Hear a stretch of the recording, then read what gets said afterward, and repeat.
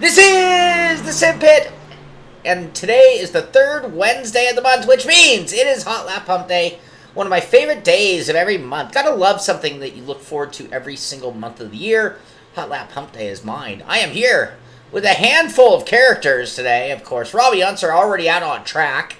Where are we today? We are at Sebring. Oh my gosh, we're at Sebring in the variety of GT3 cars. So anybody who watches, anybody who participates in Hotlap Humpday, one of the great things about it is that none of the drivers know the car or track prior to the event. And the password is, I was given, you know, Kevin Ford is not here, and let me do some more introductions. Jeff Jacobs, are you with me? Hey there, Shaun. Hey, Jeff, how are you? I'm trying to chill my excitement a little bit, but I'm all excited for today's combination. Kevin, who you're filling in for today, Kevin told me under no circumstances should I give away the password prior to the 5-minute mark. Oh, we're past the 5-minute mark. I guess it's time. Jeff, do you want to tell him where we are? Gonna be one of those days, huh? At least the beginning. We'll see if we recover at any point. Jeff, what is the password today? Do you know? Our password is slip angle. Slip angle is all one word. Slip angle. Oh, I like that one. David Grunnell's still on. Oh, David, we need you out here today. Dang it. All right, so slip angle. One word, all lowercase. Slip angle. Pick your favorite GT3.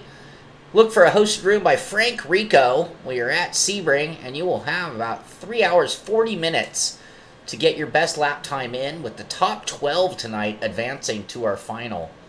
And let me get that upper one so that it's actually doing its job, which is viewing none other than Robby Unser. There's Robby out on track in that beautiful Mercedes AMG.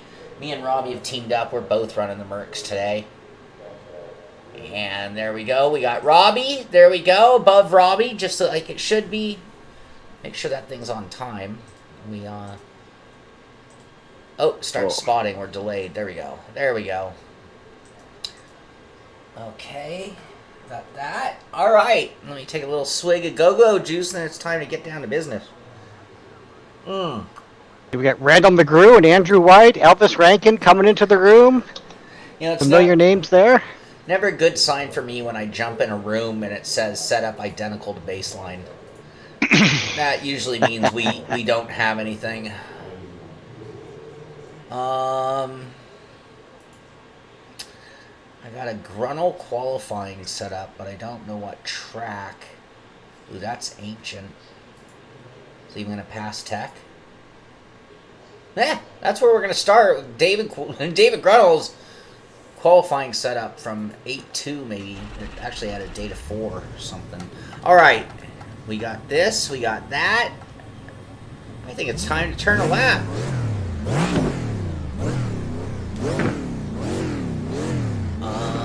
Let's go to our streaming screens. Oh, wait. How am I going to see the chat? Where's my chat? There we go. Wait. There we go. Now I got the chat. Now we got everything we need. All right, Andrew, hello to you. Elvis, we gave you that password at Slip Angle. Tom Duda, good evening, buddy. How you doing? David Grunnell, we talked about your crutches. Can you get the wife to press the pedals, perhaps? One other thing, do I have to make an adjustment? My camera is a little camera left. I don't think that's a big deal. You have a little bit of that hollow there. It just went away. All right. Huh.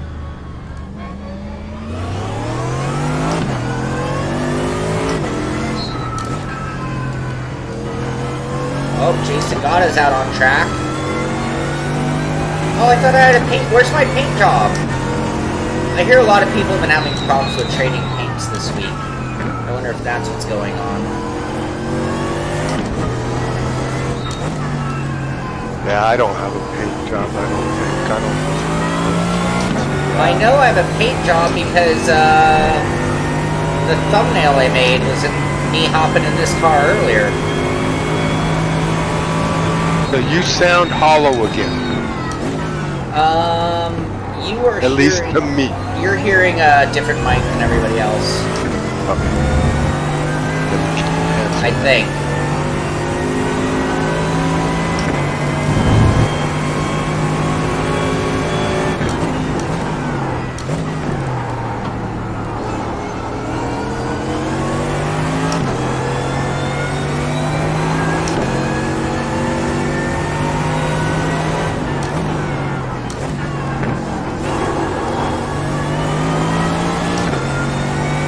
Go, go, Merc.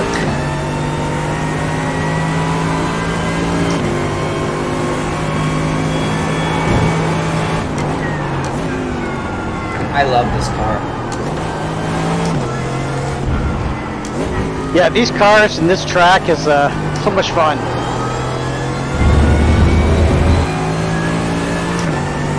Moment of truth, though. Here comes the final corner.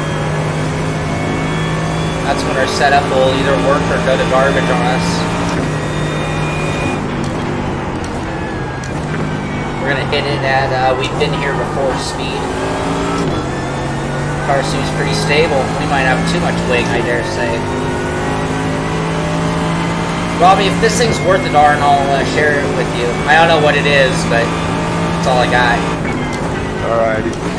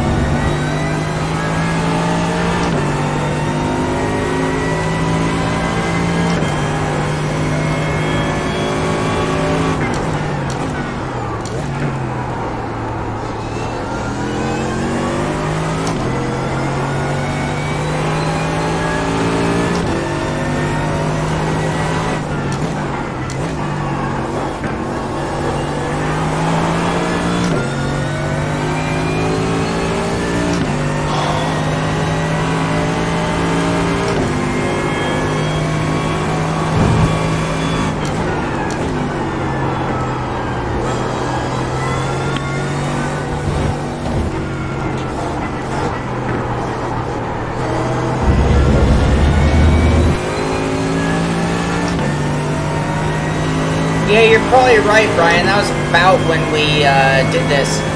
Sim Racing Experience. The password for tonight's event is slip angle. One word, lowercase, slip angle. Anyone, everyone is welcome to join us. We're at Sebring in the GT3 cars. About 3.5 hours to get your best lap in with the top 12 advancing to our final tonight.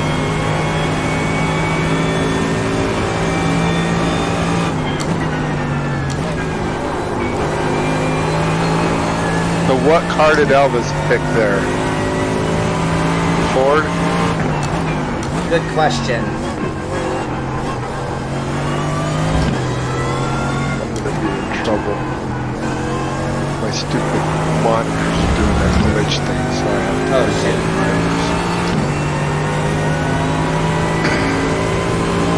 Oh, welcome.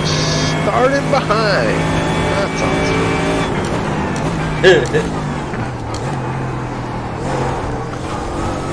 I need help going slower.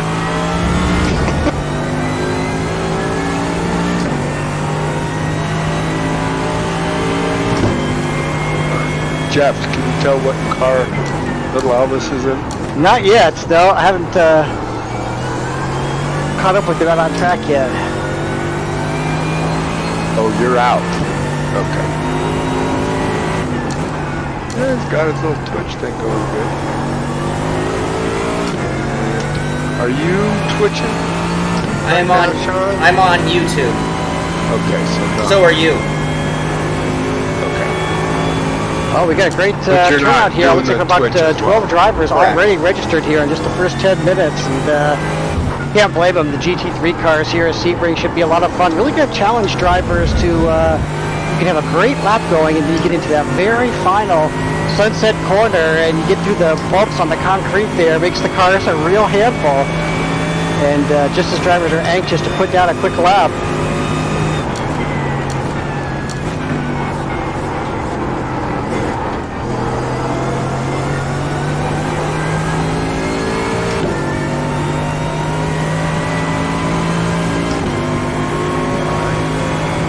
Elvis is in the Audi. He said it was a piece of crap. That's what he said. I think he was trying to throw us off the scent there. Well, I'm flattered that Elvis is so worried about us. Yeah, exactly. Jeez. Yeah, Shaun, I'm seeing a Simpit paint on your car there. Okay, I just need a refresh on my end then. Yep. What is that refresh? There we what go. Do we do? Control R, and you'll see all the cars turn white. But you need to be in game. There we I see go. you're out of the game right now. I shouldn't be. I'm in my car. Why do I see like icons on your left side? What do you mean icons on my left side? You're Yeah, in... I'm seeing Robby. He's in there. So. Number 2. There. Okay. Yeah. Now we hit Control R. Yeah, I saw him. Is my car gold? Okay, my game output is dwarfing my talk. Okay, John, I'm gonna work on that right now. Thank you. The Mercedes is loud, no question about it. So what I'm gonna do is I'm gonna turn down the game sound, but with that is gonna go Jeff and Robby. So we might need to bring them back up. Okay, all right. All you good people watching the stream, I'm gonna give you the password so you can join us. But anybody watching the stream, please always give us input on how it can be look, sound, feel better. Andrew, you cannot change your car once you join. That is a feature of iRacing that I'm sure today you will now have learned the way that works.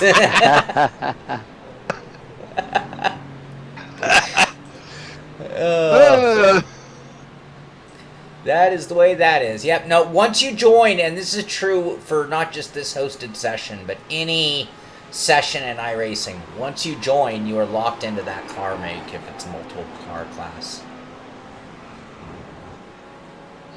All right, I think everything's set. I see, now I know why I thought Robby was not in his car, because I was watching my stream delayed versus proper. There you go. Yeah, okay, that would be. Okay. Yes, you're right, Robby. Your car is all metallic gold. Then we got Elvis Rankin out there in the Orion clad Audi. Has yet to turn a lap time though, so he will still be kind of getting a handle on that car. In our regular Monday night series, Elvis usually running the Ferrari GT3. He's chosen the Audi here at Sebring. Oh, another spin out there for him, so he's still trying to get a grip on that car. Jason Gata in the top spot at the moment. 201.386 is the top time in the early goings here. Randall McGrew briefly helped the lead there. He is sitting on a 201.6. 201.3 is the top time here. Just the early goings for these drivers. All right, how's that mix, you guys? Is that any better, or are we screwed?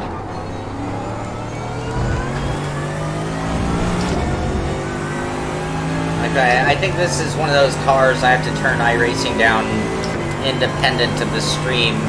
And I'm not allowed.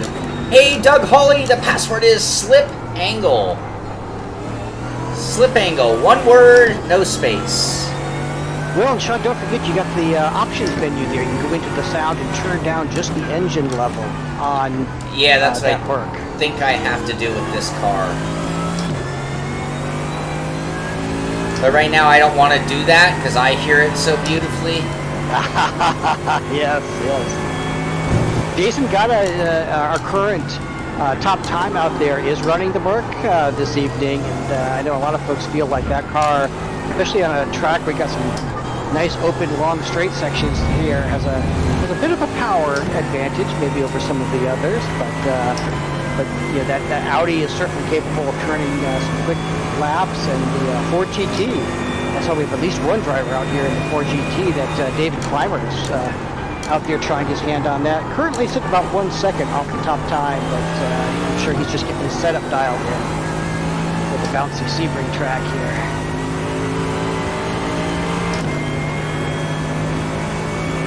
We got a Ferrari driver out there. Kenneth Estep is out there in the Ferrari. Great, really cool looking American flag paint job on that car. That looks great, Kenneth. David Grinnell also out there in a lime green Ferrari. Won't be hard to find David out there on track as we get into the running in that bright lime green Ferrari.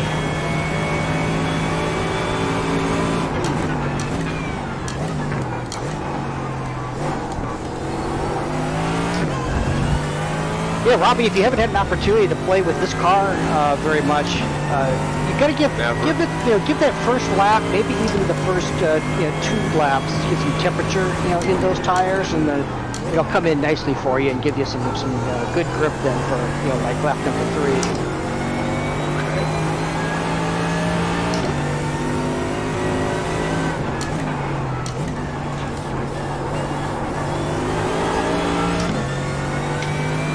Hey, B-Sim, how you doing?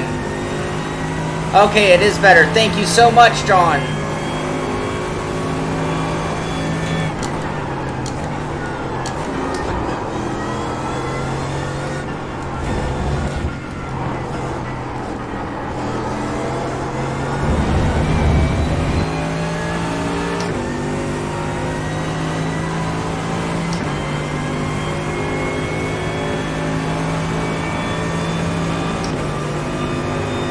Well, I'm going to take a wild guess here that one of the reasons that Sebring was picked for tonight's race is they just finished the 12 hours of Sebring. I think the first time ever in 60 some odd years that has actually been held in November. But with the IMSA having to deal with COVID, they just held it this past weekend there at Sebring. A terrific race. What was that? That was the 68th running, 12 hours of Sebring. And these cars, so of course it's the GTD class in IMSA, the top time I'm seeing in the real life series there was a 2-minute best lap time. A 2 what? Okay, so our gearing is Fastest off. lap of the race in GTD was What's wrong, Shaun? You didn't want to give me any crap? 2:00.8 by the Porsches. The Audi R8 was second fastest with a 2:01.5. So how about that? We're sitting on 2:01.3 as our best time so far, and these drivers are still getting warmed up. So how about that? The GT3 cars here on iRacing nearly matching the real-life lap times from just this past weekend. That's kind of cool. Yeah, that is awesome. Nah, Jason, I need a setup change. Sorry, man. But I can't adjust the gearing on these. I forgot about that. My gearing is off, but nothing you can do. I thought this said qualifying, and I'm carrying 31 gallons. I would not call that a qualifying setup. Robby, if I get anywhere, I will share it with you as soon as I do. Sounds good. Right now, it's just okay. I don't know if it'd be any better than baseline. We'll see after I do this adjustment. And I feel like I'm just running a little too much rear wing. The car should slide a little more through sunset. Doug Hawley taken to the track. Glad to have him with us here today, running a Ferrari as well out there, the number 16 Ferrari. Got a really nice Mobile 1 and Boost Mobile paint job from the Blank Paint series on that car. So look forward to seeing some of the laps that Doug turns once he gets out there and gets the car warmed up.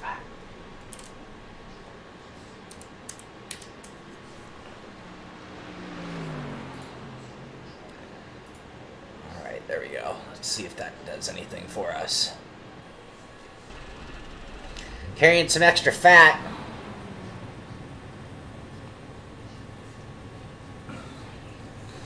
Carrying that extra COVID-20 with me.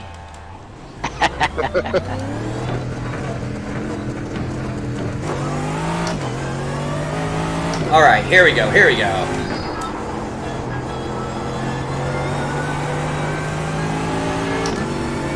Maybe we'll get lucky and Jason will set with us. He's pretty good at that. After just about 3 laps in the Mercedes, we're in about 1.1 gallons per lap.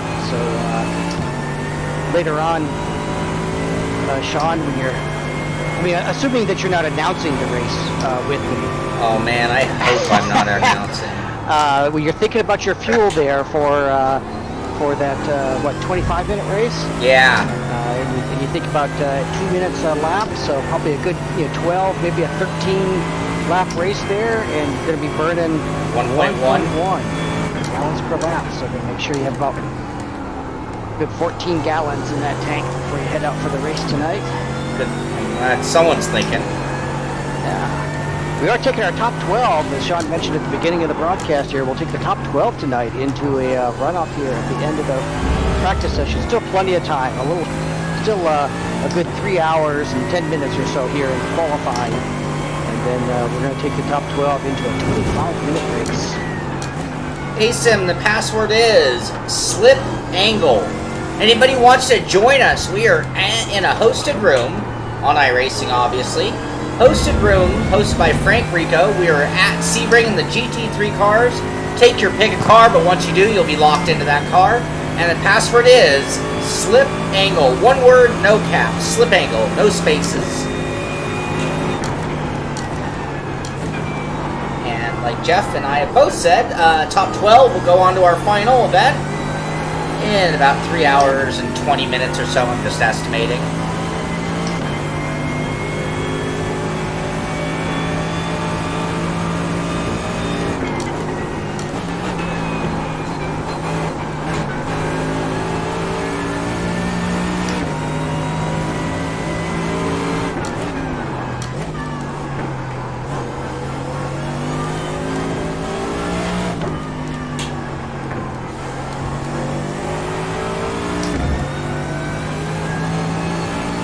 Heiko! How you doing, buddy?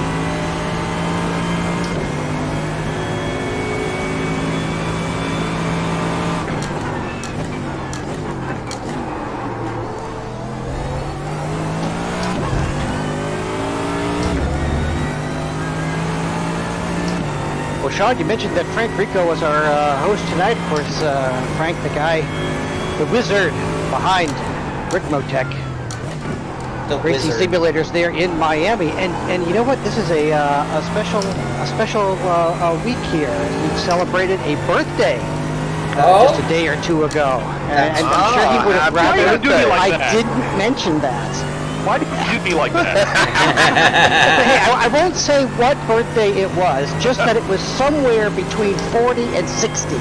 It might have been right in the middle of those two, but that leaves quite a range. It might have been exactly between those two. I don't know. But happy birthday, Frank. Thank you. Thank you. Yes, happy birthday. Happy birthday. It's just a number anyway, but thank you. That's right. That's right.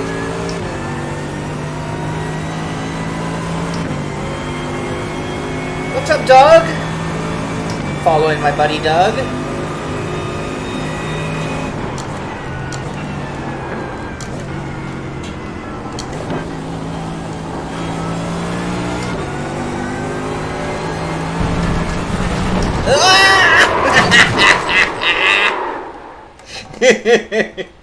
Whoops. Whoops. Andrew, I am not going to do that on this particular stream. But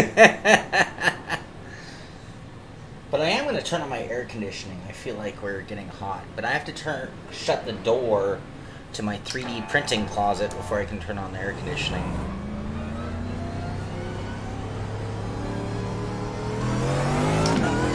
Greg's VR! Do you know what the password is? Slip angle! Hotlap Humpday by Ricmotech! I am here with Robby Unser. You see him out there on track in his Mercedes. I'm out on track in my Mercedes. And with us also, filling in for Kevin Ford, Jeff Jacobs, who I believe is also... Are you on track, Jeff? I went out there and got a few laps in there early on just to get reoriented there. But hey, I am way down the list now because Elvis Rankin has taken our top spot. 2 minutes, .256. So 2:00.256. Already faster than the series by a few tenths.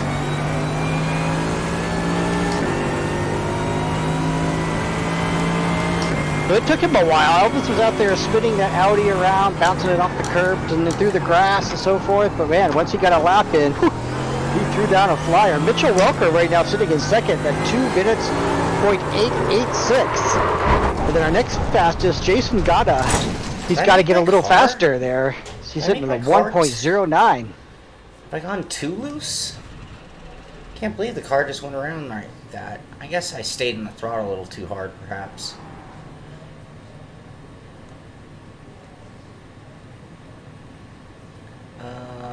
Other than the bump, this place is really flat. We should be able to drop it to the ground if we're not bottoming out on the bumps around the final corner.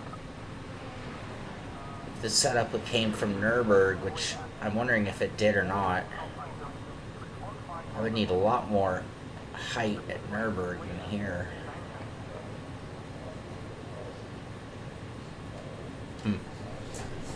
We might drop the rear end. Let's go see if that was just cold tires. That might have been cold tires. Let's not overreact.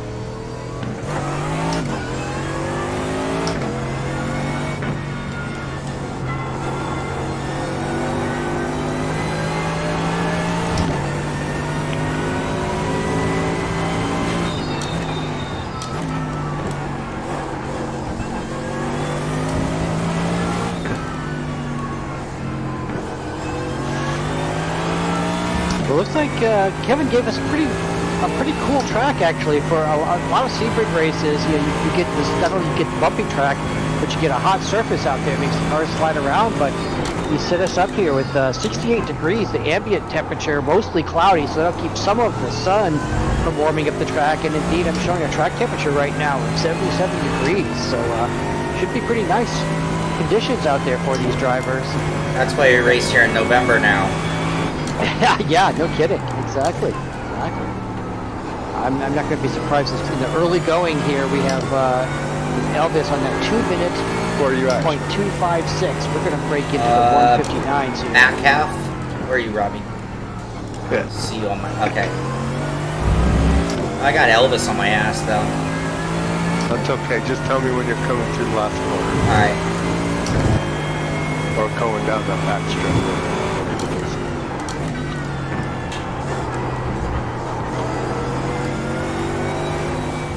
Pulling onto the back stretch right now. I haven't made that right-hander very well yet. Alright, mid-back stretch.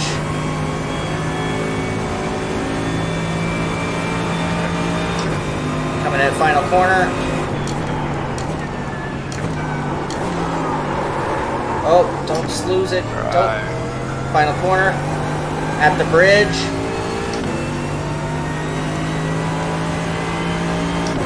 Okay, yeah, I'm ahead of you. I'm just trying to get my tires warm for a lap. Copy that. Yeah, this is one of the tracks that if you get yourself lined up well with a buddy or a teammate, you can pull off a little bit of time, get some draft, especially down that back straight and then back around the front straight there. I don't know it well as far as... Not going to make a huge difference, but when we get down to picking those final 12, I wouldn't be surprised if you see a few folks trying to team up there and see if they can get a good draft lap there. Yeah. I don't know, like, with these new cars, where to be on this track. That makes, you know what I mean? We got a new leader on the board now too. Mitchell Welker has taken over that top spot by just 1/100th of a second over Elvis. 0.245. So in 2 minutes, 0.245.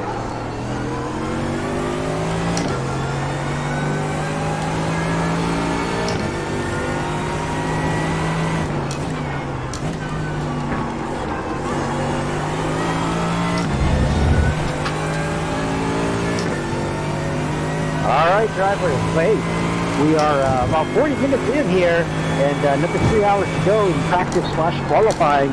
We're going to be taking 12 of the top drivers this evening on to our final race. Right down the top of the board, we got a new leader, Mitchell Welker. 2 minutes, 0.245, just 1/100th of a second ahead of Elvis. And we got 3 drivers now in 2:00. And I think we're going to have to see some 159s to get the job done this evening. We'll see how that shakes out as folks get the car style in here. But Mitchell currently on top.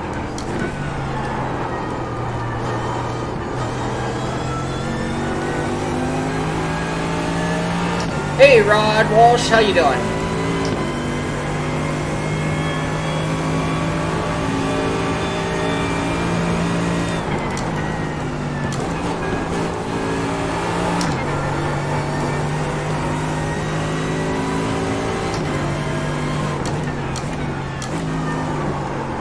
Turn.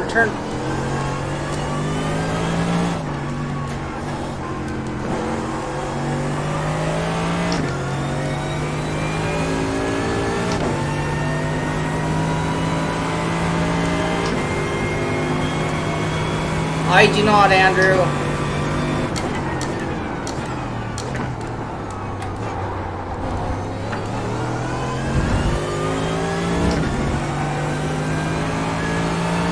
Oh, we were gonna turn on our air conditioning, weren't we? We're feeling the pressure.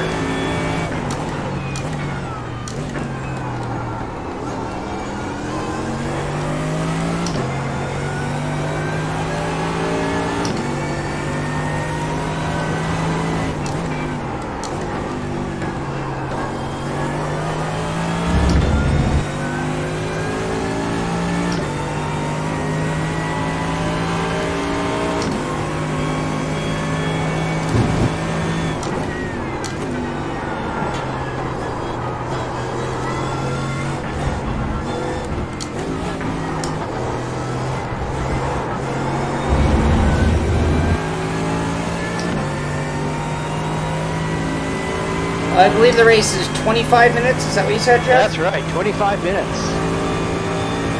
So it's either going to be 12 or 13 laps, or depending on how that opening pace lap goes.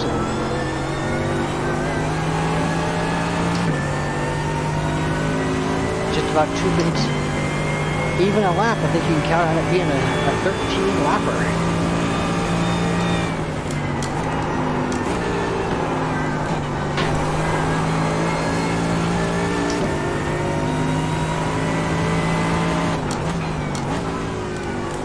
Anybody who's just tuning into the broadcast now, slip angle. No, shoot. No, I didn't mean to argue with you. That's the password for tonight. So we're running here the GT3 cars at Sebring. Just scroll on down in the hosted rooms there to if you sort them by track, you can just scroll down then to the Sebring hosted rooms. Look for the one hosted by Frank Rico from Ricmotech. I'm sharing my setup, Robbie. It's okay. Nothing great. Mitchell Welker has lowered the top time now. He's knocking on the doors. Tell me when you're ready to go out. I'll follow. He's sitting on a 2 minute 00.113. So he's knocked another 10th off of his time. All right, I'm heading out. How come I still show you as a red, white? Oh, is that because I came in after you? I'm seeing it too. I'm not seeing my gold. No, I'm seeing you in white. Okay, I'm heading out. I think we can probably get more wing off this car once the tires get warmed up, by the way. It still feels a little understeer. Okay. Well, kind of at low speed it's not. At high speed it's understeer. like on that corner there, Uh-huh. and Sunset. I'd like maybe a little more rotation, but then I'm a little... What Sunset? The final corner, the bumpy one. Oh, yeah. But I'm a little afraid of oversteer here, you know? Yeah. I lost it. My stupid computer screens keep flashing on me. Why does that happen? What are they doing? Well, all of a sudden they go on and off. It just like my center one will blink on me. I thought I updated the This is driver. not letting me out of the car. There we go. Rod, it will be the top 12 tonight. Oh, you got plenty of time, bud. We got, what, 3 hours to go in qualifying? Yes, indeed. That's right. Yeah, you got all day. All day.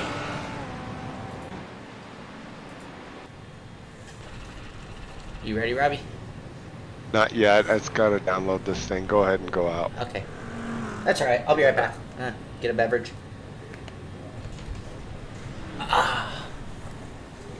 Must be a little bit of Oh, cloud should probably cover try to out there do too, because the that, track huh? temperature's actually dropped a couple of degrees. So that suggests that drivers should be able to keep finding some more time out there. We'll see how that goes throughout the next 3 hours of qualifying here.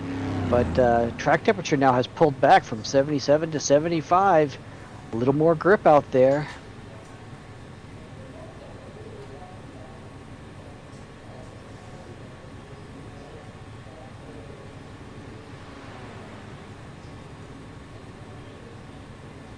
And Kevin's got us sort of set up here. It's in the sim, it thinks it's about 1:30 there in Sebring. So that means that as we get toward the end of this qualifying period, will be about 4 o'clock in the sim time there. And so if you take into account that maybe by then the sun is starting to get a little bit lower in the sky, not directly over the track, that track temperature should maybe continue to drop towards the end of our session too. So there'll be good opportunities there for drivers to improve on their times and to make sure they're in the top 12 for tonight's 25-minute race here at Sebring. What were you saying, Jeff, for fuel? 13 gallons? Yeah, I'm showing, I only went out and did like 3 or 4 laps, but I was burning about 1.1 gallons per lap in the Mercedes. And so if you assume it's going to be a 13 lap race, and you probably got a bit of a pace, lap there, you'd want to have 14 or 15 gallons, I think, in the car. I think running in traffic, you're going to save a little bit of fuel in the draft off of other, cars, but no point in throwing away a possible win because you're a half a gallon short. So I would guess that 14 or 15 gallons will be what you want to have for the race. Yeah, how much? I mean, you drive these more. Is fuel, are they super fuel sensitive? I mean, is it something to where you really do need to be practicing on like 5 or 6 gallons, or does it matter much being sit there and look, for ripping off a quick time, yeah, it's nice to have qualifying fuel in there, something 6 or 7 gallons, because you want to have enough fuel in there to get a couple laps in, put some temperature in the tires, in my opinion, Right. and then you've got 2 good laps of quick time there. And you also run into some of those tracks where having a little bit of weight, especially here like in the Merc, and having some weight on those rear tires makes it a little steadier coming off the corner as well. I find the mid engines get real twitchy when they get low fuel, so like you almost need like 8 gallons just to have a stable car. Okay. I've noticed that the only one I've driven out of this whole group at all is the Ferrari. It's a Ferrari. Yeah, and I did notice that it, Hey, Joa, how you doing? How's your healing coming, buddy? Nope, Kevin is doing another NASCAR event, so Jeff was nice enough to fill in for him, so we still have a full house of commentary and fun. Jeff's more fun. He joins us on track. Oh! Oh! That's right. You ready, Robby? Yeah, I'll follow you. I don't know if it's gonna work, but I'll go. Which part? Following me or the monitors? The monitors. You want me to tell you what gear I'm in? Yeah, if you want. I thought I watched a lap, but I don't know if I was watching you out. This is second, right? Yeah, second through here. Whoa, you are a lot looser to start than I thought. Okay. Yeah, it's a little bit loosey on the start. On low speed. Little King Racing wishing Frank a happy birthday. That's right. That's right. Oh, wait. Want me to join you, Robbie? You keep going. Let me get some. Alright. When you want to do something, let me know. Yeah. Oh, Mitchell Walker set a new fast lap at 2 minutes .079, but as predicted, we are in the 159s. In fact, we might have to start thinking about the 158s because Elvis Rankin has grabbed the top spot in the Audi with a 159.462. I think we have to start this an hour earlier and not tell Elvis. Right? Man, or you just need to set up your own special little moon there for Elvis, right? Well, Elvis, I don't know why you ran all those laps at Daytona. We were at Sebring. Car, please. We've totaled another Mercedes. This would be really expensive.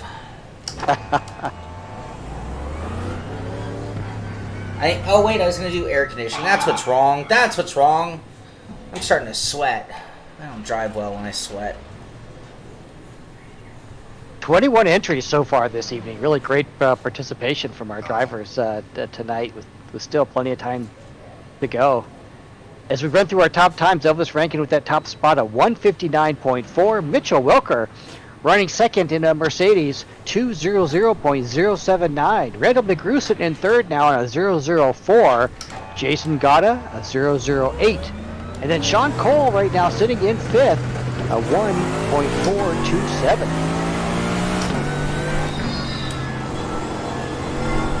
Top five right now.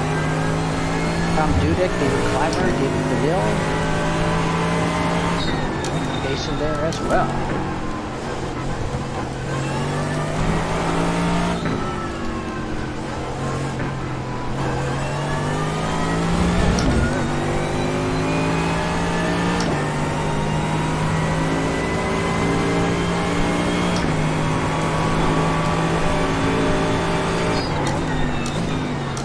Oh, looks like Robbie may be rebooting there. We lost him from the server. I'm sure he'll be back in shortly.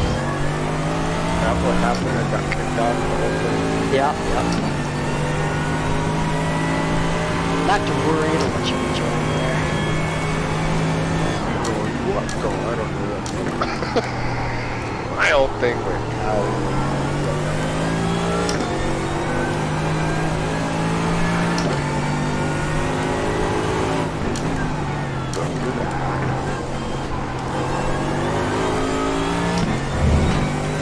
There's so much high speed, you just gotta drop wing here.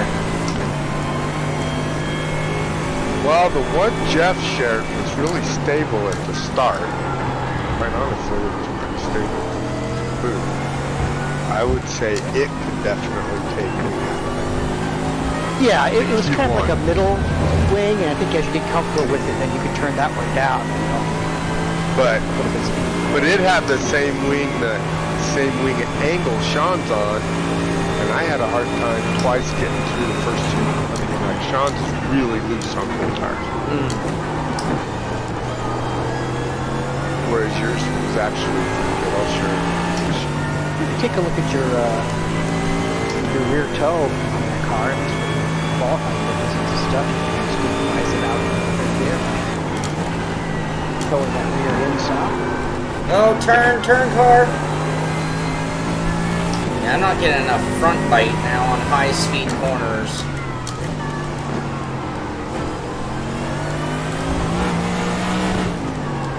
Oh, okay, maybe that's too little wing. I dropped it one more degree from what I gave you, Robbie, and it's like, okay, I The don't... 7? Yeah, I don't think that's going to work for me. I'm going to share one of... Let me share Shaun's... Or, Jeff, share it with Shaun. The one Yeah, you no problem. me. Try this one real quick with Okay. Jeff. Okay. And then quickly just take that rear wing down.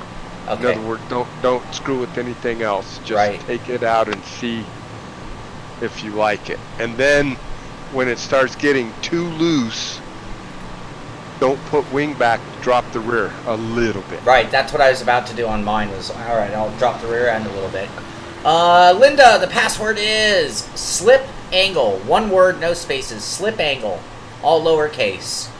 Anyone who would like to join us, we are here for Hotlap Humpday by Ricmotech. We are here for about 3 hours in qualifying until we have our top 12. Top 12 will be in our final event for the evening. We are at Sebring in the selection of GT3 cars. Pick your favorite. Get out here and race with us. The Hotlap Humpday password is slip angle. All right, so we got Jeff set up. I'm just going out the way it is. I'm not dropping wing just yet. Quite a bit of fuel in it. That's probably race, fuel, about what you would want, for that. Like So 12, 14 gallons, somewhere in there. yeah, I think there's like 16 gallons in it. When you go to adjust, you want to go to really rip off a lap, probably drop that in half. A little bit of pace there. Oh, Mitchell Welker has moved himself into the 159s now. He's got a 159.913, so he's chipping away in that Mercedes. You're out. Still Right. got to drop about a half a second to Yeah. catch Elvis in our top spot.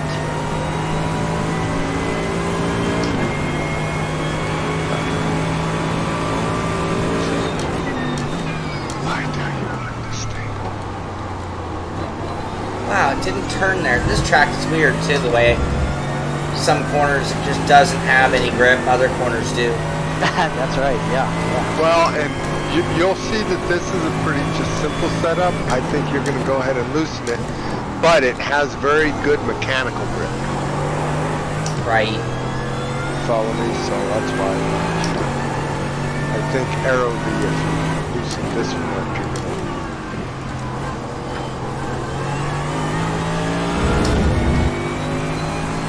Uh-oh. Jean-Claude Van Damme just got here. Yes, indeed. Mike Dam is in the building. So we'll see as... it's going to be interesting to see which car Mike picked.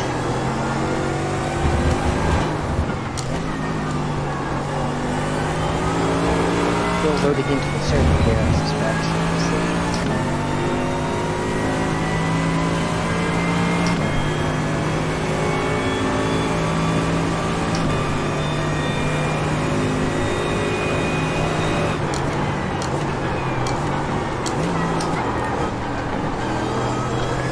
Tell me when you're coming around. Coming around. Under the bridge.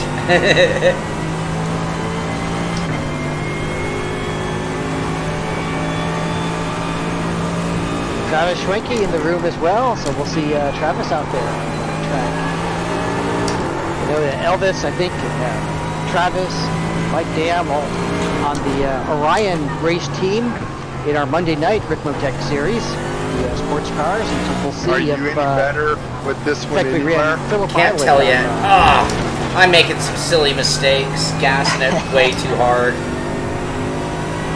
Those guys finishing the top 3 at Not being Phillip very Island just smooth. on Monday night. We'll see if they all pick the same car. You go to about the Something different. here or the 3? The 3. Or just inside of it, even if things are going well. Okay. I don't drive deep enough. On this one, I'm at the 3, though. For some reason, the braking, I can't get it done as well on this spot.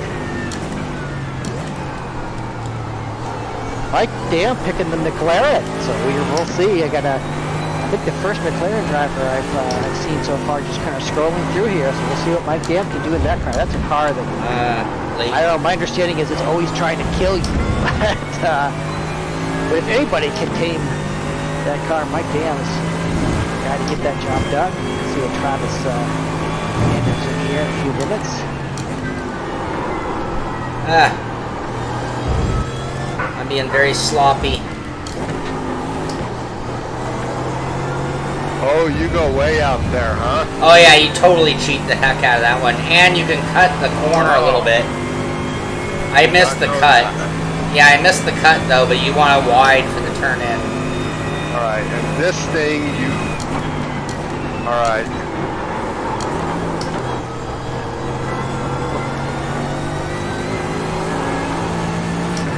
Shaun and Robby, I'm going to leave it in your capable hands here for a little bit. I have a webinar that I've got to go host online. We're doing some track day data gathering information with the Solo Storm program for folks who do autocrossing and time trials. Oh, really? Do a little presentation this evening for folks, and then I will be back in about 45 minutes to an hour.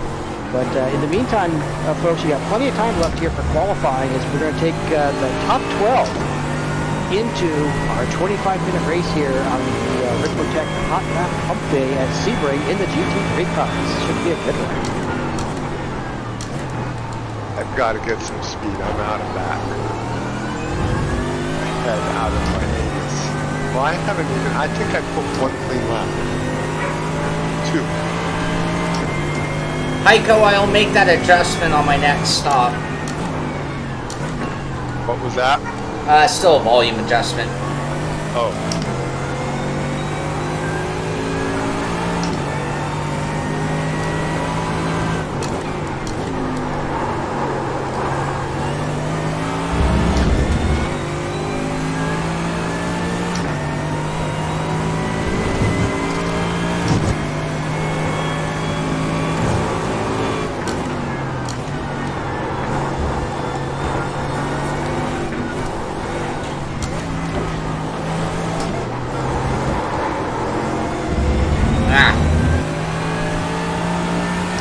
So I'm finding this setup really likes to dig the front end into the ground. So it gets into these weird oversteer feels. Oh, okay. So, like, you would want a little more front support? I think so. Cause it just creates where the rear end's going around at full throttle, like, but you feel like the front end just feels like it's digging in like ice skates a little bit. Okay, have you put a time in yet? Is it anywhere close to your other setup? I beat my other time, so it's a better... So this is better, Yeah. okay. Alright, so you want, hold on. Because I might as well start trying to at least make one of us freaking fast. It ain't gonna be me. So okay. It feels like it's loose in the right way at the right times. And then on like some of those, it's actually the medium speed corners where you, like at first it acts like it's not going to give you front end grip, and then it over digs in, and then the rear end starts to go around like it's going to be unsavable. Alright, so I'm going to put just like 2 clicks of low speed compression in it. On the front? Yeah. Huh. It's already got low speed. It's wide open on that. So. Sway bar? No.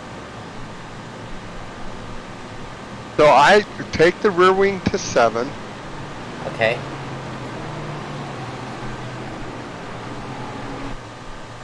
Oh, you know, I wonder if it's a diff preload. Leaving the rear end a little locked up. I don't know if 115 is a lot or a little. 115. We are 1 click from the top on diff preload. Yeah, that I'm going to go down 1 click there also. Because that's it. It kind of feels like that's what's happening. So 110? Yeah, 110. Yeah, it felt a little like a locked up rear end. Okay, well, you can go down like, so that diff preload is going to make it push in the middle. Right. Alright, let me see if this did it. And that with the 7 wing might be a weird 2 things to try out at the same time. Well, the diff is going to be in your low speed. Right. Your wing is going to be in your high speed. And I'm still looking for... Alright, take down the low speed rebound. Low speed rebound's at 8, put it at 7. On the front? Mm-hmm. Low speed round down to 7. Okay. Alright, and then let's say that it's 2. Okay, let's try that. Alright. See, that way we took a little bit off of the front as well, so you took the We took some out of the rear, so it should turn, but we also let the front come up a little bit, so hopefully it won't dig. Oh, I was going to make a volume adjustment too. Sorry, I promised everyone. Sorry. I turned down my car. The thunderous V8 sounds real quick. Gotcha. Sound, engine, we're at -8. We're going to take that down to -11 and see if that works. All right, Heiko, that was for you. Hey, Matthias, thank you for subscribing on Streamlabs. Thank you on Twitch. Or no, we're on YouTube today. Sorry. Subscribe, that's YouTube. All right, I'm ready. You ready? Yep. So Elvis is first, Mitchell second, Randall third. Okay. The usual cast of characters, yeah. Yeah, way the hell out in front of me, so I don't gotta worry about that.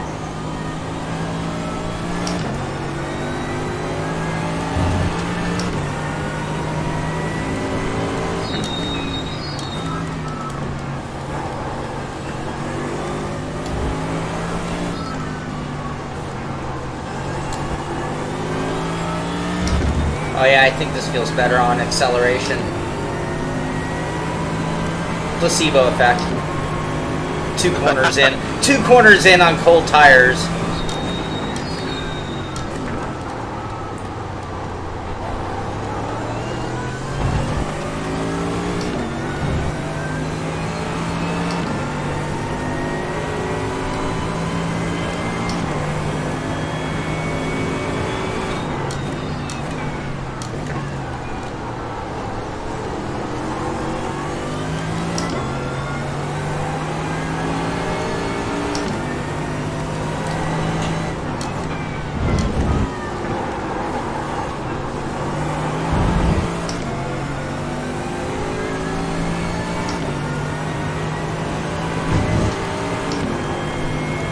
You jerked me on the cold tire thing.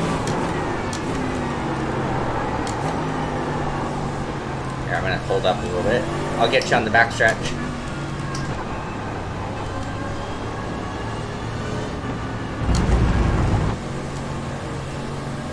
Are you second on that? Or third? I think I'm in this one? third if I do it right. Second because I keep screwing it up. It might be second, but it's like so high on the RPM, I'm not sure if that's the way to go.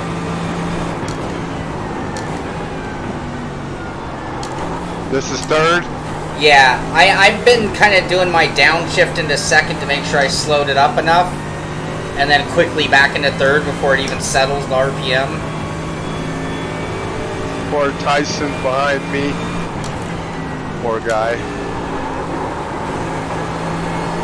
Oh, we're definitely slipperier. Oh, yeah. Whoa. How was Harry?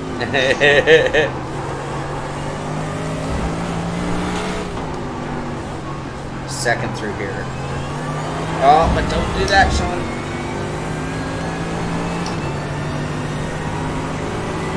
Alright, I Oh, oh. Heiko, you made me laugh.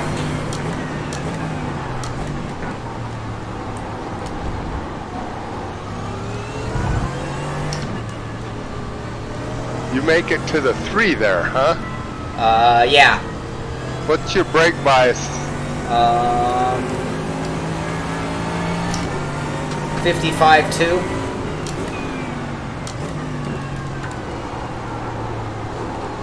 I'd like to thank my sponsors, Ricmotech RealGear pedals.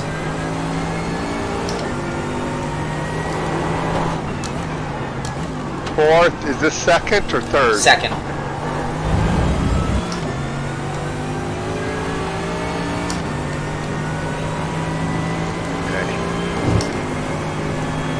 What we did help, it's still digging in right there. It's that second left, the front end really bites in. You just gotta expect it, I guess.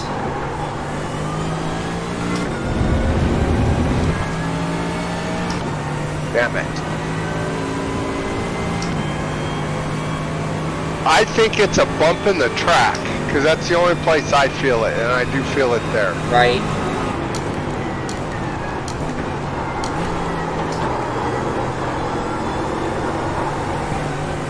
Oh, this thing really scoots the rear end around now. Little... Yeah, hanging onto my a-holes and my whale. I can't get this down either. This is a third? Yeah. Oh, wrong line.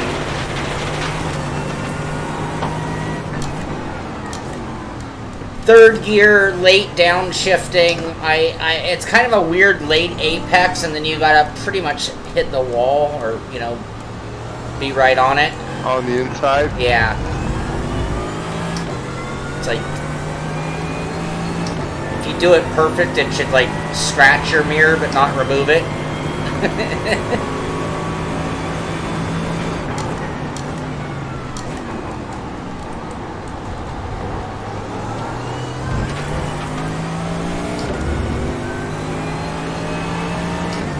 But this one, I have to go just outside of the 3. Maybe later I'll be able to back it in, but... And this is one of those tricky corners because it wants to overbite. Yeah, I get loose through there. Oh, that was my best time through that corner yet.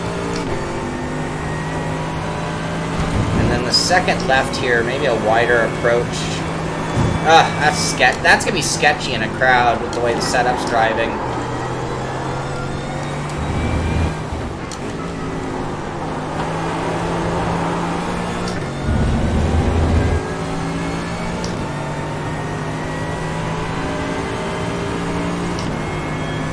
And this one, what's this? Third. And you brake past the wall? Just at that corner, I think.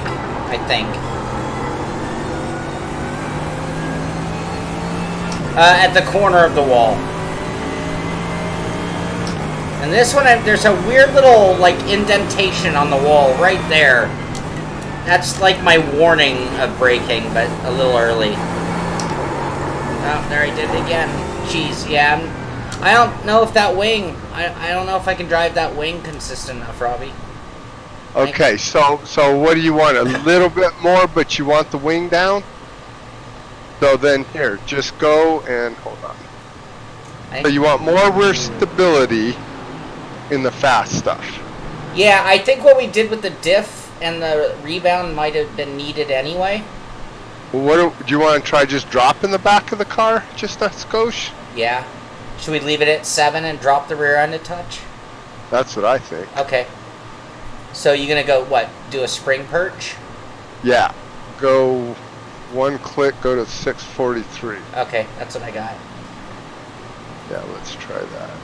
Yeah, it'd be nice to leave the wing down like this. Well, yeah, because it'll help us on our straight line. So let's try a couple things. And then the other thing we've still got, if you look in the rear, we've still got some low speed bump we can come down. You follow me? Yeah, yeah. Like, if you wanted, so the wing pressure makes the suspension softer. If we take the wing out, you can take some shock out of it. In fact, maybe do that real quick. Just take a click out of low speed compression rear.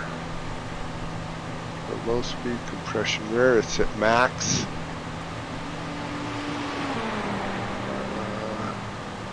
Go to 7. Okay. Right? Yeah, and we're running like race trim fuel too, just so you know. I think I'm gonna bring that to 8 gallons for now. Yeah, 16. I agree. That'll be enough to use up all the tire we got. 8.2. Okay.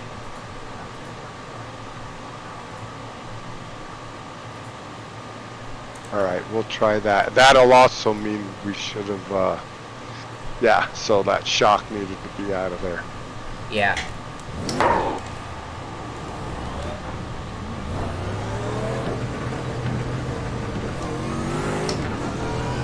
I know if I could put together a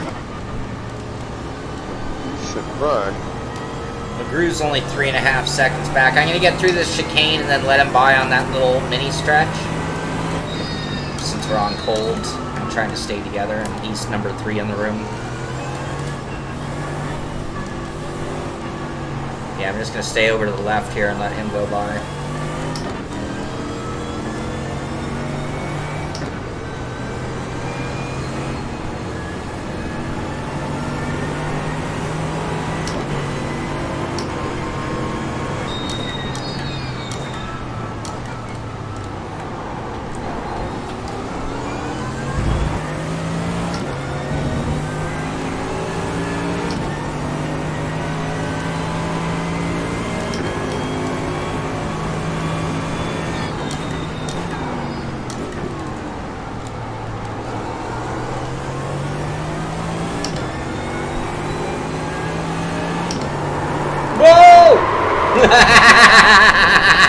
Boy, I almost did the same thing. Dan Loki, is it skill or setup? I think with these cars it is 80% skill, 20% setup. I don't think the setup is going to make anybody an alien in these cars. So that's one of the reasons I like the GT3s, because if you take the baseline setup and you're an alien, you should be just fine in this car. Take a little fuel out, maybe. All right, I'm actually going to take a quick 5, even though Jeff's away. I'm starting to get overheated, and my dog's been giving me the double eye stare. So I can almost tell time by what look my dog gives me. And this is the, hey, you have coffee and I don't have food? What is up with that?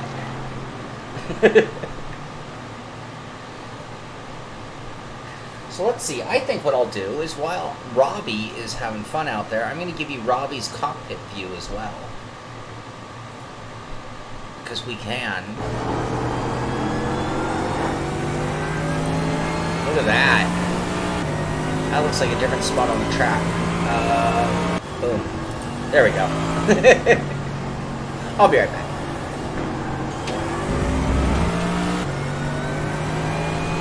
Mr. Schweitzer, I think he's in an Audi.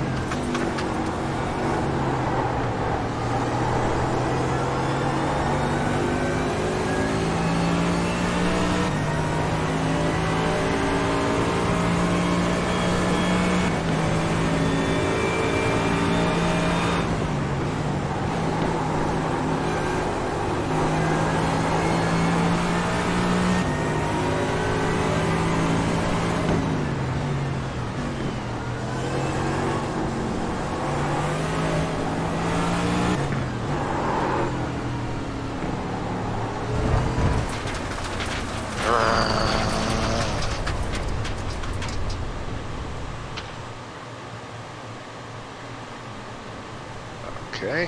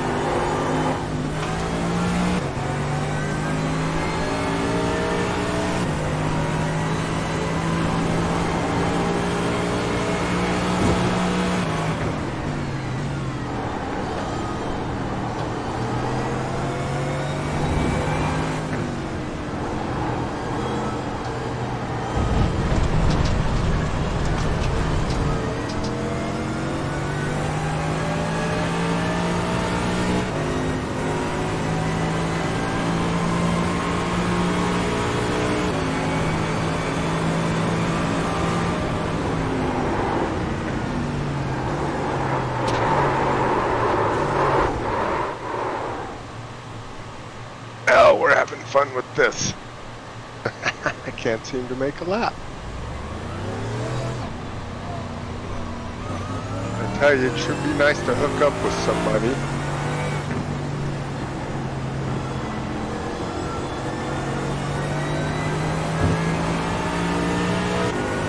Settle in and get a couple good laps under my.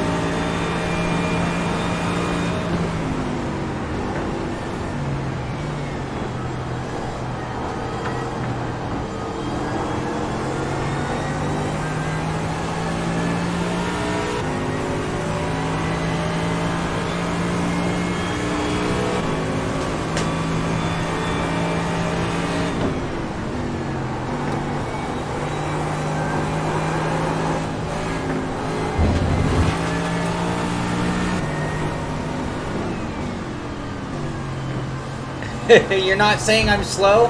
What are you saying then, Dan? How's that setup working, Robby? Well, I went to 12.2 gallons because I was running out in like the third or fourth lap. Okay. So.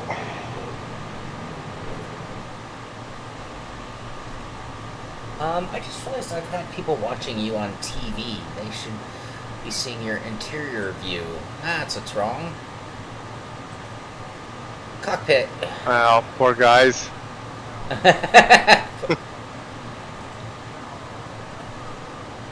There we go. Now things are the way I want it to be for the stream. Wow.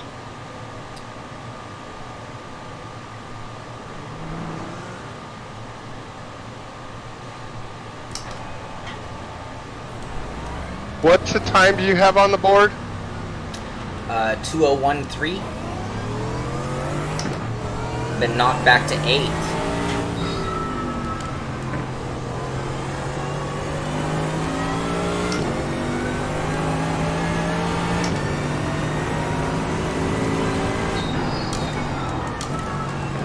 Yeah, I'm way out.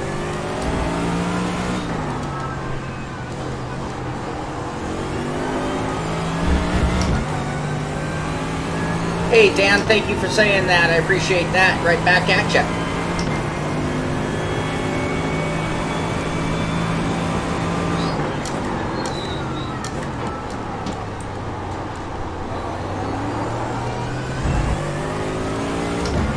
Oh, hi, buddy. You done eating?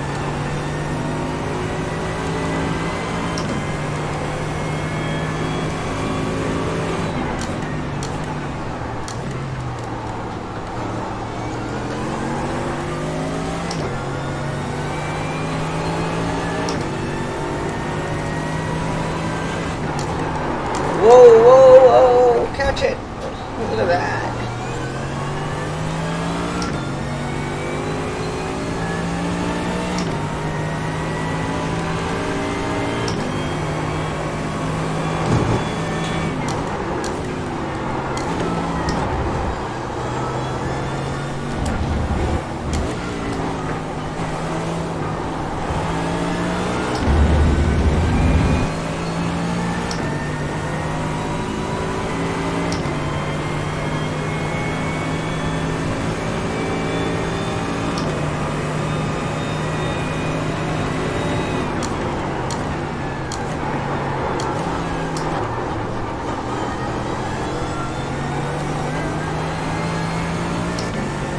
final corner, I am not all the way to the corner of the wall, by the way. I'm before that.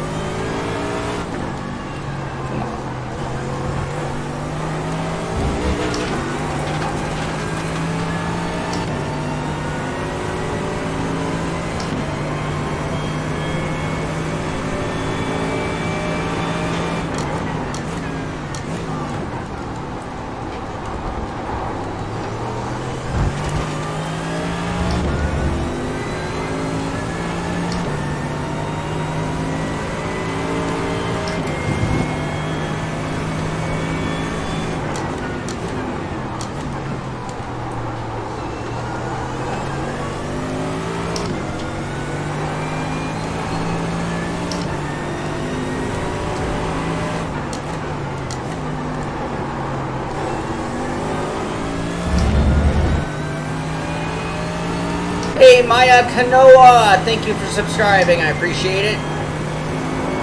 Oh, Dave Danger Blair came in the room.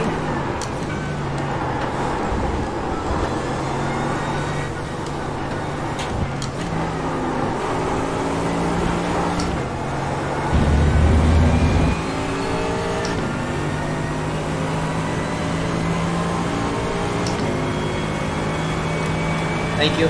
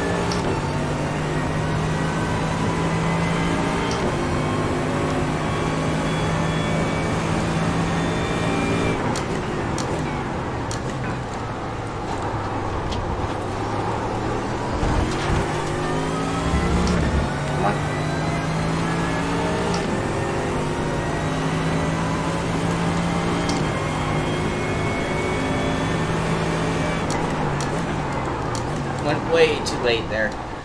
Yeah, so the car's almost right, and it's still doing some weird twitchy things that I'm not a big fan of.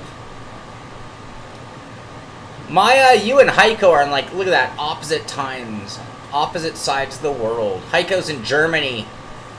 May I? Am I saying? I'm sure I'm ruining your name. May I? On Oahu. I'm jealous. I would like to be on Oahu. How many are we taking to the final race? 12. 12.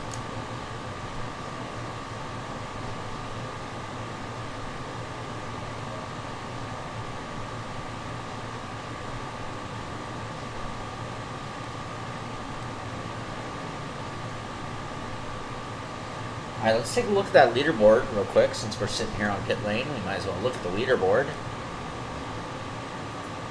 Elvis Rankin. I'm nowhere near it. Elvis Rankin sitting number 1. 159, 112. Mitchell Welker, number 2, 159, 675. And Randall McGrew, number 3 with a 159, 941. Jason Gata and Anthony Morano Jr. round out our top 5. Dudek, Clymer, Swenke, Cole, Grunwald, Jacobs, and Hawley are our top 12 as of right now. And I'm feeling like we're on the brink of doing something pretty decent here. Setup is close. It's still doing some weird things, but it's not bad.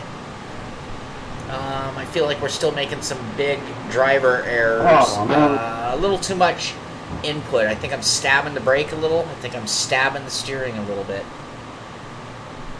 Gotta settle it down.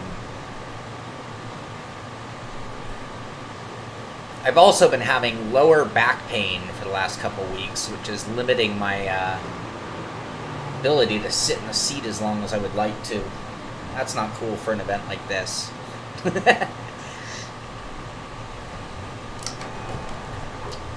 Alright, like I said, I think if we can just get a good lap, we'll do something at the 2.5-minute mark. I feel like we should be quicker than that still too, though.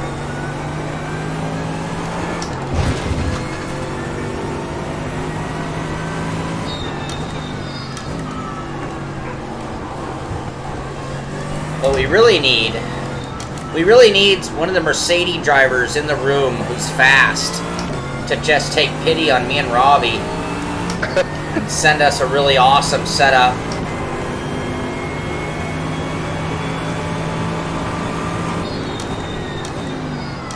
This is streaming in GTA?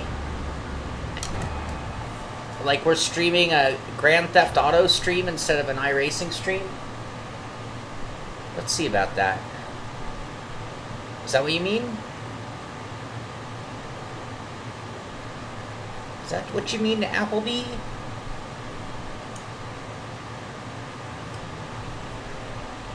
Oh wait, we're not on Twitch. I can't change it live.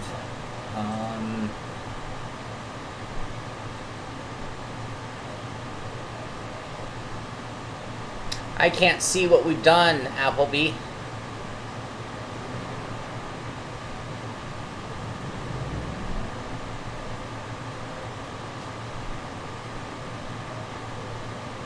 What did you do, Shaun? What did you do?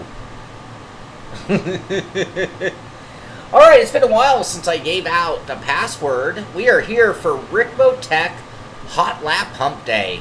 We are at Sebring. We are in the GT3 cars, which means you can take a variety. What do we got? We got the Mercedes, the BMW, the Audi, the Ferrari, the Ford GT, and then one more that I'm missing. Who did I forget? Who did I forget? McLaren, maybe? McLaren? Did I forget McLaren? Could have been McLaren, we forgot. Password for the event. So you go to the hosted section in iRacing, look for a room hosted by Frank Rico, and the password is slip angle. One word, no spaces.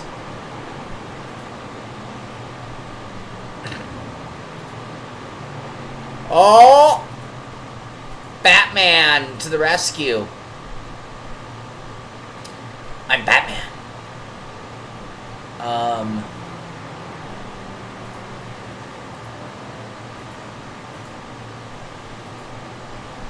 Thank you, Tony.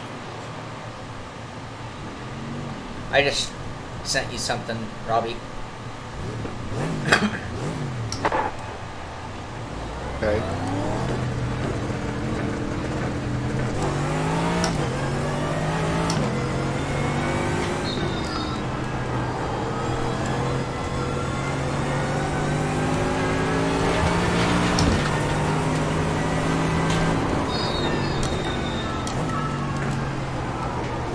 That was the fastest man in the room.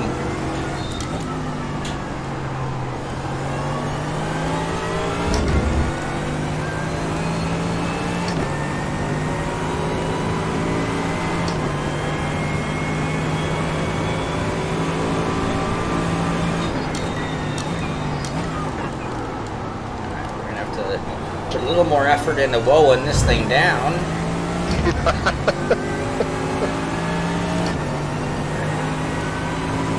That's where all my effort is.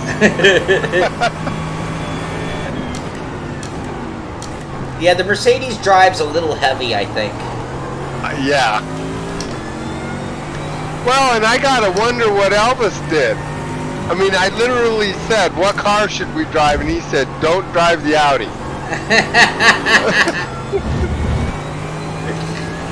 I'm flattered. Right? Yeah, I'm just gonna leave it there. I'm flattered. But I notice him and look at the guys that are in the Audis.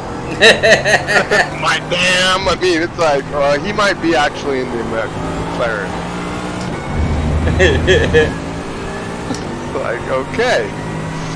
So you're saying we brought a knife to a gunfight? Well, apparently we got We got dummy written all over our face. We We got- like, you know, we got iRacing noob. or bamboozled. something. Yeah, there you go. Yeah.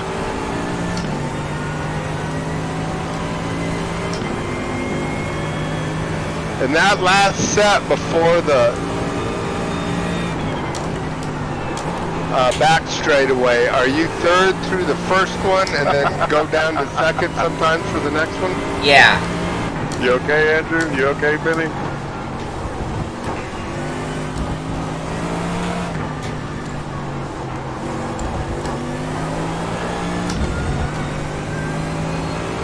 There's so much time for me in this last corner too. Yeah, it's really hard to. Know it. It's so long.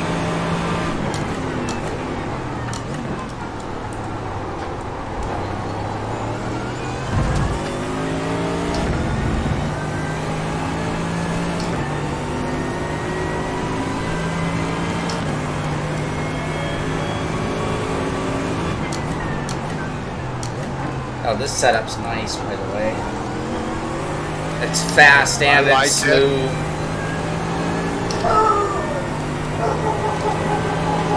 My dog likes it. I'm almost out of fuel though. I'm only on my second lap. Oh yeah, it's probably a total qual set.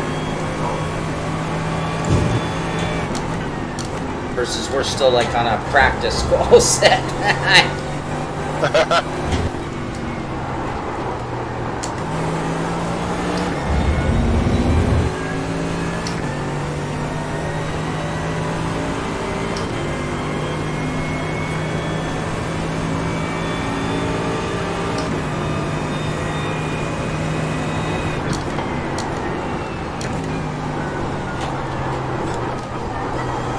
How we doing, guys?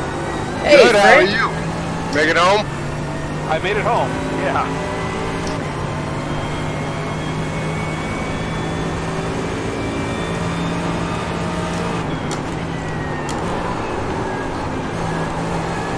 Frank, you guys were underwater, huh?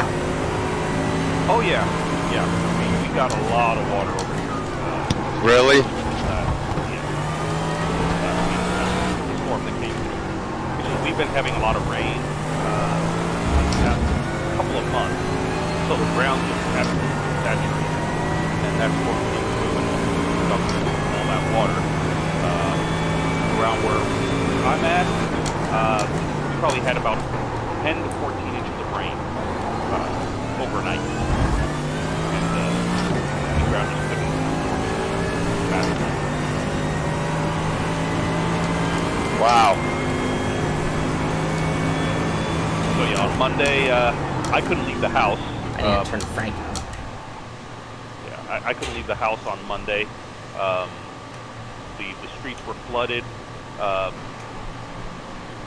I live in a flood zone, and so the houses are all built on fill, so that they're raised up above the flood line. But the street still sits below that flood line. We've never had flooding here. With all the storms that we've had come through, never had anything that flooded the street. This time around, it flooded the street, and it came halfway up the driveways down the entire block. Oh my. So, Wow. So this is right after you finish all that work what work? on the shop. Oh, yeah. So at the shop, yeah, I don't know if you can tell from the video. I'm gonna play the video as you talk. Okay. So at the front door, there's a little step up. So there's the parking lot, and then there's a little step up going into the shop to the front door, and that comes up about 4 inches, and then the parking lot slopes down kind of toward the drain. Right. The water there was up so high it was even with that step. So Wow. yeah, and if a car would drive through it, then water would lap in under the front door. Oh my. And come in. So it would just come in a few inches through the front door. Right. So nothing that caused any damage or anything. At the warehouse side, at the bay door, there was a little bit more. The the door doesn't seal as well down at the bottom, and I think it just sits a little bit lower anyway. So water there came in probably about 6 feet or so past the door. Oh, wow.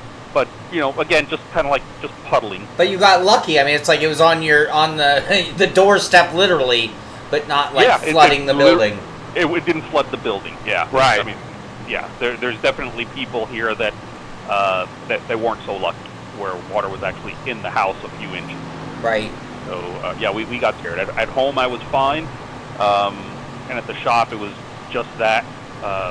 So at the new shop, at the old shop that we're still using, water did not make it in there at all. Although from the pictures that some of my neighbors took that did go in and check up on their stuff, the water was up just as high. Right. At the new shop, I've got a security cameras there that caught it. At the old shop, the cameras just aren't positioned where they catch that. But yeah, and then I drive a Subaru BRZ, and there's no way I was going to wade. That thing wasn't going to make it for no, yeah. I was not going to make it, nope. It was bad enough, so the Sunday before, Brian Highcotter was in town, which is another one of my brand ambassadors, and he was running an esports race for the SRO, the GT series. It was a sprint race, and he needed a sim because he was here in Florida. He didn't have his sim with him. I was going to say, I thought Brian's from my neck of the woods. He's from Bakersfield. He's from your neck of the woods. Yep. He's out in California. So for those who don't know, Brian Highcotter is a Gran Turismo Academy winner. Went on to a Nissan Motorsport racing career. He's also an autocross champion, and I know he still races. So anyway, sorry. I just want to give people no background. problem. But yeah. His credentials are important. Yeah, 2011 GT Academy winner here, and now he's with he's running on the esports side with Chris Forsberg Racing, and they had another race this past Sunday. That was a 6-hour endurance. So it's good racing on Assetto Corsa Competizione, Nice. ACC, that they run. Yeah, the SRO, that one. The SRO Yep, series. I know that. I know that's a huge series. Yep, and Chris Forsberg couldn't make it because he had a prior engagement, and Tanner Faust jumped in. Okay. So it was Highcotter, Faust, and DJ Alessandrini ran with him. He got invited to be the third driver, for those of you that know him. Yeah, another fast guy. So go ahead. Sorry. So he was here, and so I went to the shop, opened the shop for him. He ran the whole thing, and all the while it's like downpours are coming on, coming through. But honestly, we've had direct hit hurricanes come through here, right? And and so I know what they do. And this was a tropical storm. It wasn't a hurricane, and it wasn't a direct hit. This thing hit the Keys, which is a 4-hour drive south, so it was a direct hit there. So I'm thinking, this is just a tropical storm. It's a lot less severe. It's further away. We're going to get some rain and some gusts of wind, but no big deal. So by the time we're finished and I'm driving home through puddles that are 4 or 5 inches deep in the street in a BRZ. Right. Oh my. Yeah. And, you should have taken the van home. I should have taken the van. Yeah. I think about that when we get heavy rains, and I'm thinking, it's too wide. I should take the van, but I want to drive the BRZ. Yeah. So yeah. So somebody asked, if I'm not mistaken, that main rig, I know that rig, I think that's the rig I've driven. You have the main rig all dialed in. You got the shifter, you got the pedals, you got everything on it. Someone questioned, and I'm only bringing this up because they said, what is that, $50,000 worth of... It looks like $50,000, but in reality it's nowhere near that. How much? I mean, ish. The main rig there. You got it on a single screen. The main rig with the single screen? That one with triples, that price is out at about 20. 20. So yeah. not even half. Right. And those are 40-inch triples, if I'm not mistaken, right? I have the triple that's on that video. I think it's on that video. Those are triple 43. So Robby, that's the one that you drove. Yeah. So if you go back to the video that we put together when Robby came to the shop, yeah, that's triple 43. But yeah, the one that's in the video it shows as a single, it just has a single 50-inch on it. But Shaun, that's the one that we took to PRI last year. I thought I recognized it. Yep, so it's the same rig. It's just I tried to set it up there with the triple 55s, and it's just way too big for the space. It just has an overwhelming presence. So I'm doing something different with the triple 55s, and I just set that one up with a single 50-inch and VR. So that's kind of our VR demo. Yeah. One single TV and VR headset, and then we have the triple 43s. And then in a separate area, which is not in that video, we're setting up a Next Level Racing Traction Plus. I'm on that. And I'm putting the triple 55s on that. Got it. I can't finish it because I can't get graphics cards with the whole. Oh, really? Yeah, the RTX 3080s, the 3070s, and everything. That's the whole debacle that's happening with those chips. Availability is just awful right now. Gotcha. So, have you run the Next Level platform yet? you're talking about like the V3 Motion platform or the Traction Plus? Traction Plus. So we have the rig set up. Right now it's a GT track with both of those motion units on it. Okay. And the most I've been able to do is off my gaming laptop. I run a Assetto Corsa, and I just put it in auto drive mode, just to be able to sit in it and kind of feel it. Right. I don't have it set up with pedals and wheel and all that just yet. So it feels pretty cool. It's a unique that sensation. rig. I have that exact rig behind me sitting there. Oh, okay. Okay. Okay. Here's where I'm at on that. I let the cat out of the bag. So my problem with that rig is it moves so much that it makes a static monitor, unless you're talking like 40s or 50s or something. It moves so much that you go beyond any normal monitor. You need huge, and even then it moves so much that I like. To me, it's like it has to be VR. For it to really get all of its effect. Yes, you're right on that. And so even before I set it up, I've already kind of foreseen that, and I've had customers ask me about that. So Next Level Racing does not make an integrated monitor stand that fits on the GT track. Right. And the GT track is the only cockpit they have that will attach to the Traction Plus. Right. So what they offer is their freestanding triple stand that's designed to hold like 50-inch TVs. So you're absolutely right. You need something really big so that when you're moving that much side to side, you're still kind of centered within the monitors. If you've got triple 27s, I mean, this thing's taking you from the left edge of the left monitor all the way to the right edge of the right monitor. Yeah. It's like you're struggling just to kind of keep an eye on the road. Right. At that point. So yeah, you're absolutely right. It either needs to be some really big displays or VR, where it's, you're not dependent on that. Are you in our race room? Am I? Yeah. No. I'm not. I don't have admin privileges. Chris. Oh. What do you need? We need Chris Schulte's got a black flag.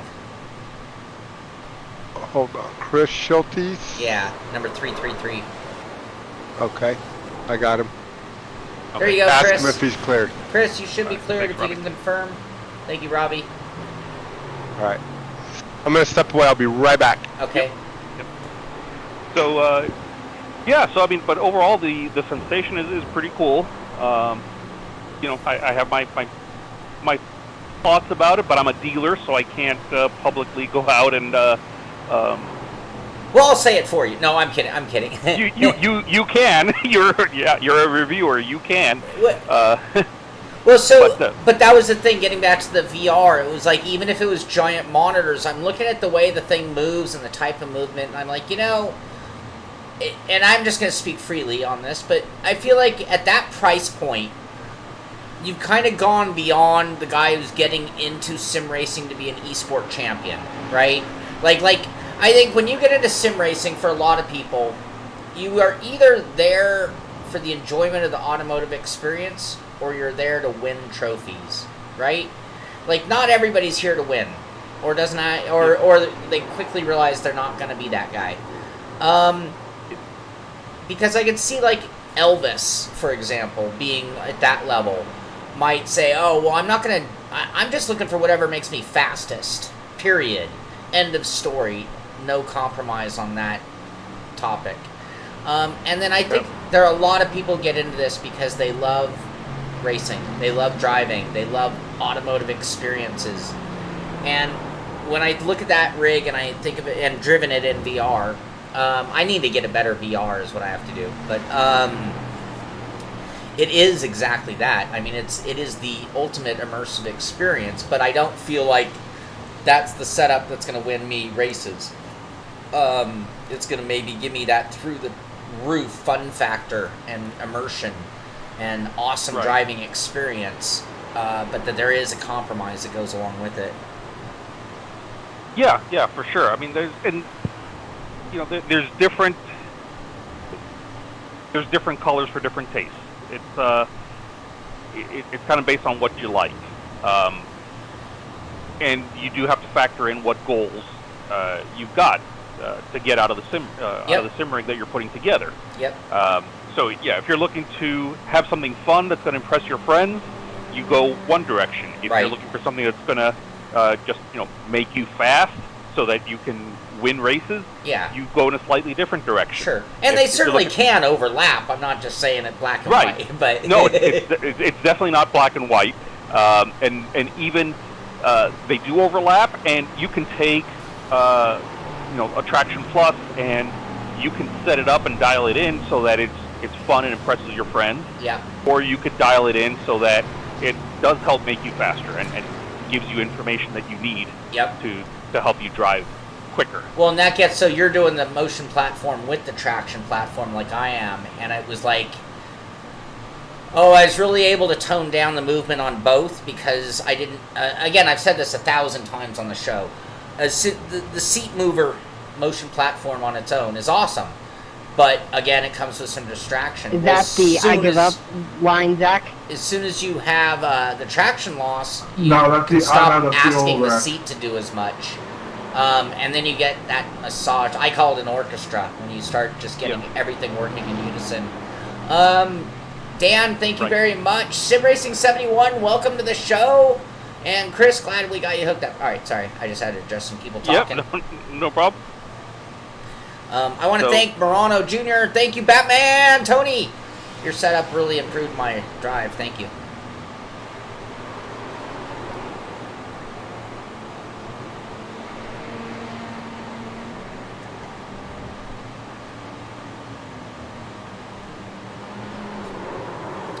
So what's our time check? We are 1 hour 49 minutes into our 3 hour 40-minute qualifying. That means there's still 1 hour 50. We're halfway mark. We're literally at the halfway mark of our qualifying, our endless qualifying session. 3 hours 40 minutes to get your best lap in. And with that, the top 12 will advance to our final tonight. It'll be a 25-minute shootout. Winner take all. That'll be the Ricmotech t-shirt, which I have yet to win. Working on it. We've been in the running, but we have not won one. Elvis is selling them out the back door over in his website because he's got so many of them. Finney, Batman setup shop, exactly. We're going to start that. Dan, I have not purchased a PS5 yet, and I use the word yet. Eventually, I will get around. I'm not sure if it'll be an Xbox or a PlayStation first. It'll probably be a PlayStation and then an Xbox, but I don't know. Right now, I am... Well, in all fairness, right now I'm cutting, pinching pennies. It's been a rough year. So I will buy a PS5 when I need it and not anytime sooner. Tomorrow is the day, though, huh? I thought it was the 12th here. Why did I think it was the 12th? That was a week ago already. Yeah, I thought it was last week that Yeah. it officially launched. July turn 1. But I think as of last week, you could only get one if you had pre-ordered it. Right. So maybe now it's. I haven't been following it. I am almost officially done with pre-ordering. Like, the next thing that gets me to pre-order would have to be something that I can't live without. Literally. I am really done paying for pre-order to then... I just think all the people got, like, the first gen on so many products to find out they got the wrong one. 19th for the UK. Oh, that's okay. Okay, so that is tomorrow for you guys. Okay. Like Dirt 5, they wanted you to pre-order the Amplified Edition to get it early. So you can really early find out what you really got for your money. That's all I'm saying. That's all I'm saying. I see a lot of Mercedes out on the track. I think Robby and I really were on to something there. I see a lot of Mercedes. Let's look at that leaderboard one more time.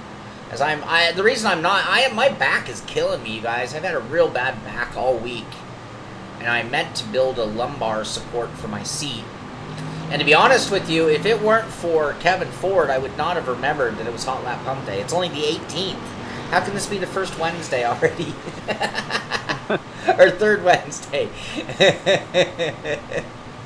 I'm not counting. I'm relying on my calendar to remind me, and it said it was today, so here we are. You know, I had done I thought I had done like 2 years of my calendar, you know, and then I finally was like, all right, that's enough, you know, where I put it in my schedule on my calendar, and we must have been doing this long enough now to have run out, because I don't seem to be getting my own calendar notifications. Yeah, I just had a recurring reminder every third Wednesday, and it just automatically pops it in there. So forever and ever and ever.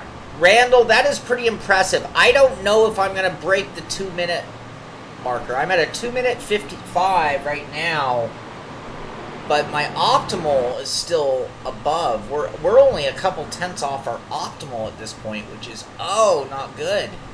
We're clinging. I mean, 8th place with an hour and 45 minutes to go. That's not going to do it.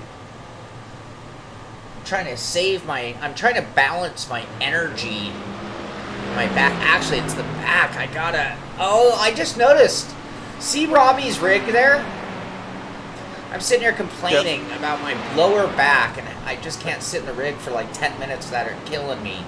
And he's got a floral lumbar support cushion. Yeah, I don't have a pillow that small. I need a pillow that small. I gotta think fast here. PS4, you ordered your PlayStation, I'm assuming? Are you gonna change your name to PS5, Deadman? What are we gonna do? Sorry, Brian. No worries. Oh, hi, Max. Uh-oh. I know what that is.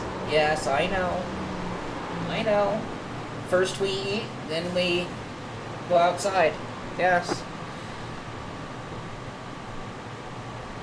Oh, you're not going to let it go, are you? You're just going to sit there with that stare.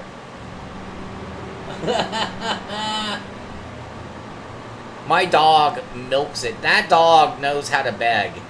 He will just lock eyes and just sit there with one paw in the air, just like he's been abused or neglected, you know, like he was left out in the rain.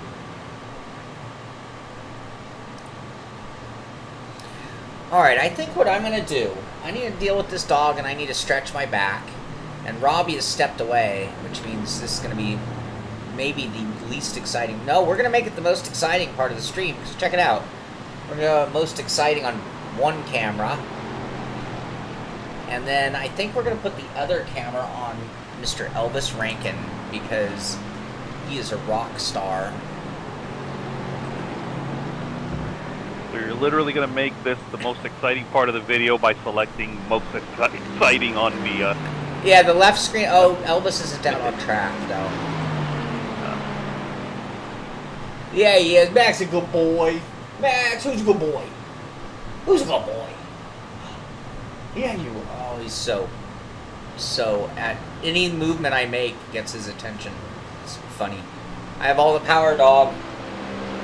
Anybody ever wants to feel like God, just get yourself a dog, and then you realize that you rule everything. All right, Elvis has left the building. So who's number 2 on the board? Welker. Should we watch it? Oh, he's on pit lane. Finney. Elvis left. What happened? Oh, no, he's just chilling. Oh, you're back. Robbie's back.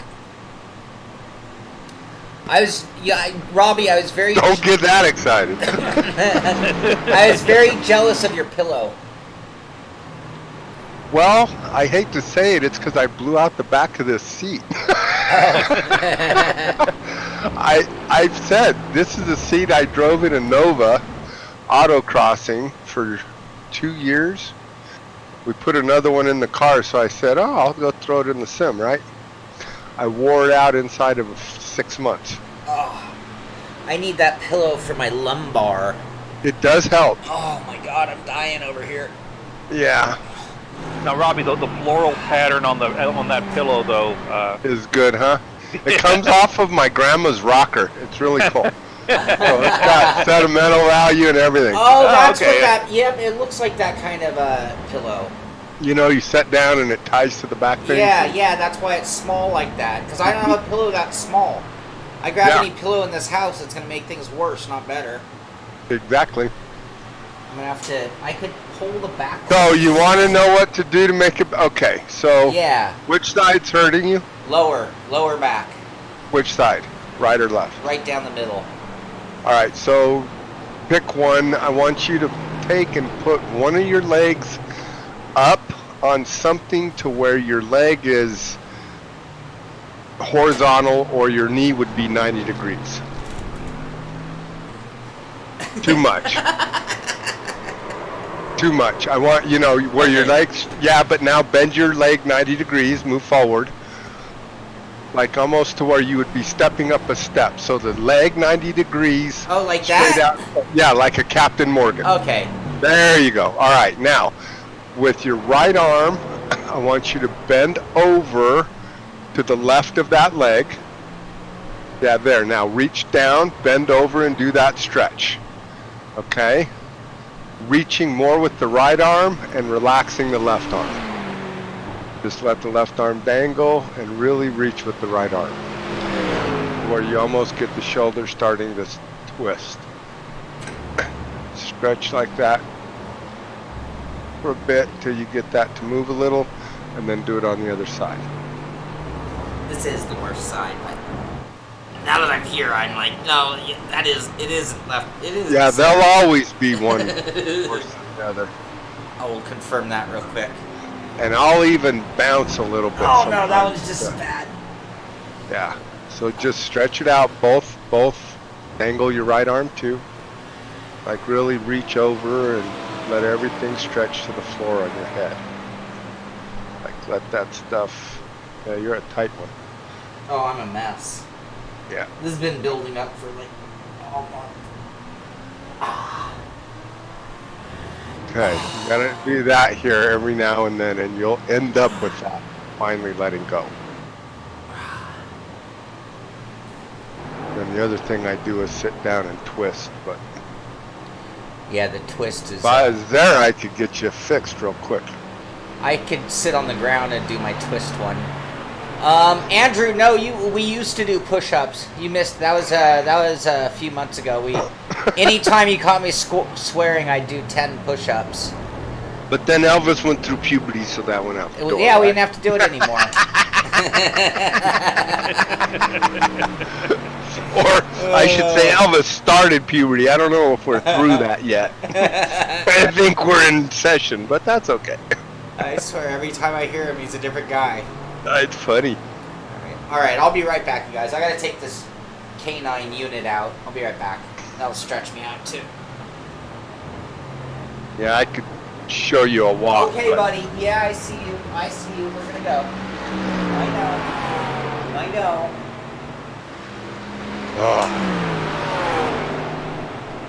So did they shut you guys down out there, Frank, or is things still No, pretty open? We're not shut down yet. Yeah, I heard New Mexico, they shut things down over there. Big time. Yeah. No, here we're still Functioning? open, but we're still functioning, but we'll see. There's talks about that.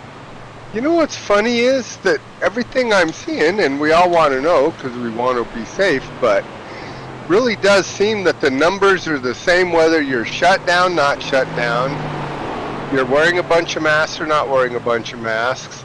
You know what I'm saying? It's like Idaho's got the same numbers as we do, and we're all the same. Yeah. Except we're terribly locked up, and they're not at all. Yeah. I think it's all needed in moderation. The pattern that I'm seeing is when they lock stuff down, the numbers start to go down. When they open it back up, the numbers just go up. And so they're overcorrecting. Yeah. Well, and I would rather them have been up in the summer where there's not a ton of other stuff. Now they're up in the winter where, I mean, I find it funny that there's literally been no cold or flu. Yeah. Yeah. Yeah. Well, I think everything that's a cold or a flu, they're just calling COVID. Corona. Yeah, they're just calling That it COVID. could be. Man, I'm always just outside things. Well, now I've slipped to 19th.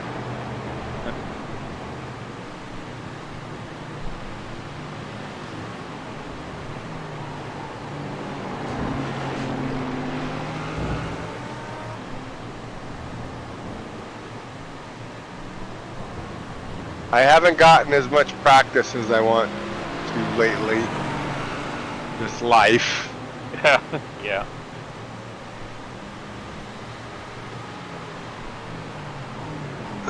But you've been out driving, so yeah, trying to get something salvaged of this year. Yeah. In real life, you know. Anything interesting this past month?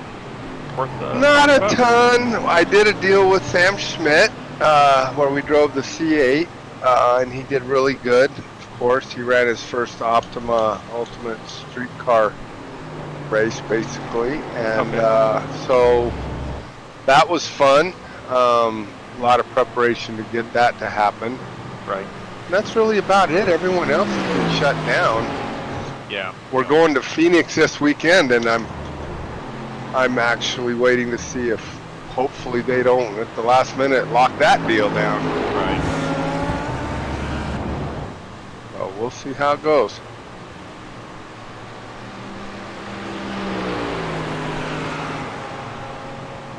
So who's still leading? You don't have anything up, do you? You can't see the board? I can't see the board. Can't see the leaderboard. I just have the stream from here. I didn't know.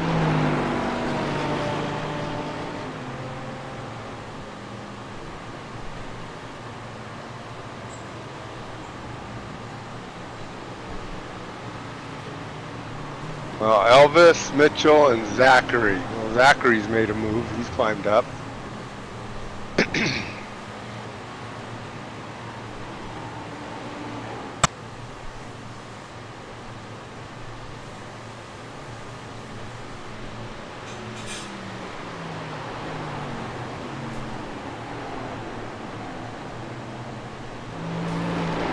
How has business been lately? Has it settled, or is it still doing well and kind of climbing?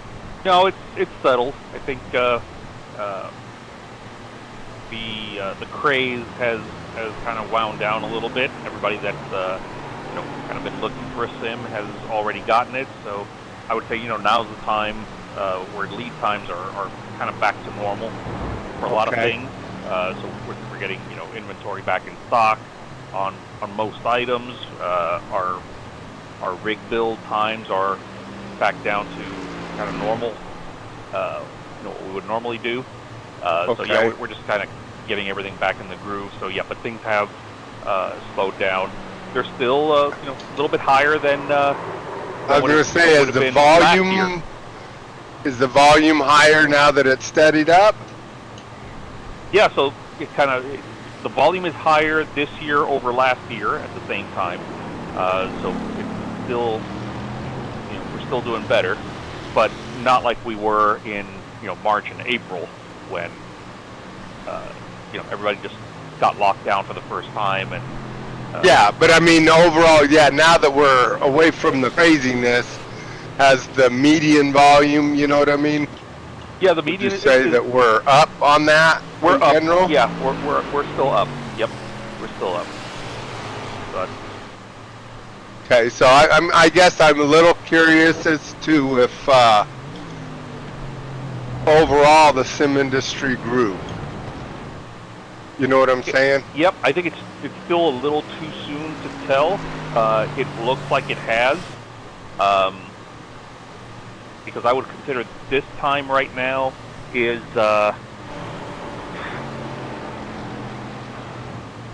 it's about kind of back to normal, even though we're still What it was locked down. before? Yeah, I mean we're still in an untypical times. I mean, there's still people that are working from home. There's people that might have lost their jobs by this point. I think earlier this year when we first got locked down, we were all thinking, oh, this is going to be a few weeks, 3, 4, 5, 6 weeks, and then we'll be back to normal. Nobody was concerned about, am I going to have my job in 6 weeks? Right. It was, hey, my employer's going to just keep me on board. I'm going to work from home, or I'm just going to, use up my vacation time, and then we'll be back, and everything's good. I think a lot of companies, unfortunately, have kind of seen, well, this is going on longer than they expected, and they don't have the business to sustain everybody. So I think some people are seeing themselves where, hey, I shouldn't be just spending cash. Right now, maybe I should kind of keep reserves just in case. Right. What's going to happen? Is this going to go on for another 3 months, another 6 months, or is 2021 going to be just as bad? Yeah. Well, and then the election, I don't think is helping that. The election has not helped either, and so there's just.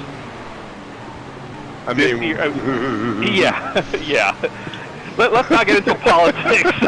Yeah. Just make sure you got a sock drawer with a little bit of money in it. 'Cause you don't need it. Yeah, but so this year is definitely not a normal year. I think we all know that. So we're not in a time where we can say, this time is exactly like that time, and when we compare the two, we're up or we're down. It's just too uncertain right now. But if you had to just tell me, what's my gut feeling, I'd say yes, the sim industry is up in general overall. I think it is become a little bit more mainstream. There's definitely a lot of pro drivers. It was really surprising to me when all these pro series, NASCAR, IndyCar, they all went to the esports, and so many of these drivers were scrambling to get a sim. And so now these guys they've got a sim, they're set up, they're doing it. The sponsors and the teams, all the organizations have realized I think the value of engaging with the fans when they're not out on track, whether it be the off season or whether we're locked down. And so yes, there is an overall larger presence, I think so, and popularity. Yeah. I was shocked how many pro drivers just did not have a sim. And I get it, Well, I noticed it was in the different. It depended on the group you were in. In other words, the pro drivers like my age that are still racing and stuff, IndyCar guys just had a few. Right. You know what I mean? Right. Some of those, but we saw in the road to Indy, almost 80-90% of them guys have one. Yeah, absolutely. So you're the younger absolutely right. guys, the younger guys, the guys that are still kind of moving up the ranks or aspiring to move up even higher. Yeah, Yes, I think they're aware of the value of it. I think Yeah. the guys that were already at the top, They didn't need it. they didn't need it. Yeah, They didn't have a kid doing it. They didn't know about it. Right. And I used to get the comment all the time, and unfortunately I still get it. I was at a metal shop just a couple weeks ago, and somebody that was there, another customer, he saw my van, and one of the guys there said, hey, Ricmotech, how's the sim business? And this guy said, oh, you build simulators? I said, yeah. He says, yeah, I don't do that. I do the real thing. And it's Yeah. It's almost like I wanted to say, well, it's okay. I understand. You just don't know any better. Right. But shit. I bit my tongue and didn't say that. But I think a lot of guys. I think a lot of guys You're good, Robby. before COVID, that was their thought on it. It's I'm not going to do a sim. I do the real thing. Yeah. Well, they just didn't. They didn't have it. Yeah. Exactly. Yeah. Well, I mean, a few did. I guess. Like, what is it? Will Power. He did. There's a couple guys that did, but not many. Yeah, not many at that level. Not many, because No. I mean I know because I would hear this guy's scrambling to find something, that guy's scrambling to find something, and Frank, what do you have? Can you provide this? Can you get that? So and so needs Right. this, so and so needs that. Oh yeah. And, Okay. Well, and they ended up Busy. actually. What did they do? One of the companies sent all the drivers a basic pedal wheel setup and said, "Get to it." yeah, And I believe that came from IndyCar because it was like, it was this isn't a choice any longer. Exactly. It was IndyCar, and I think they ended up getting a hold of some Thrustmaster wheels, and they just said, if you need something here, we'll just send you a T300. And it's like, Yeah. no offense, but giving a T300 to an IndyCar driver is, Well, they all got the same one. I don't think they had a choice. I think it was like IndyCar said, "What are we gonna do? Get all these guys something? You need to practice now because you got a week before we're gonna be on TV." Yeah, and I don't think it was forced from the calls that I Sorry, got. Shaun. It was a, No worries, bud. It was more of a, if you need it, this is what we can get you. Oh, okay. If you've got something or you want to get something better on your own, then go for it. Knock yourself out. But Yeah. a lot of them couldn't for a while.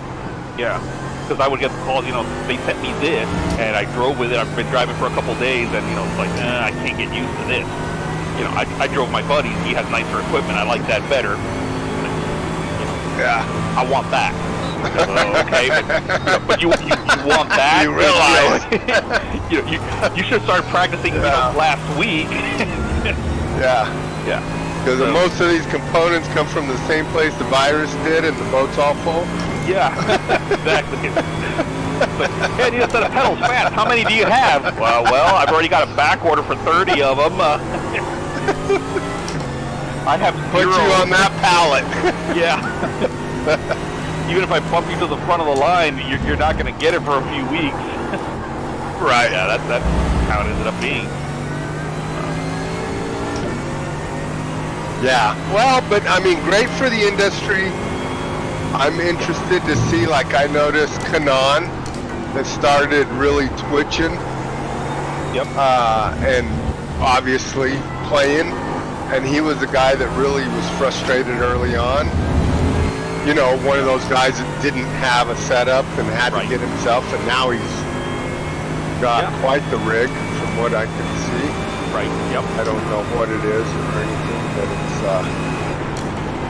he's always talking Portuguese, so can't really understand what he's saying. But he's, that's somebody I'm like, alright, pretty neat that he's gotten so into it because he really frustrated early. Right. And and I get it, because you do the real thing and you're dropped into a sim and you're expected to do well. I mean, in all fairness, for all the pro guys, there was no upside for them. No, I get my butt beat all the time.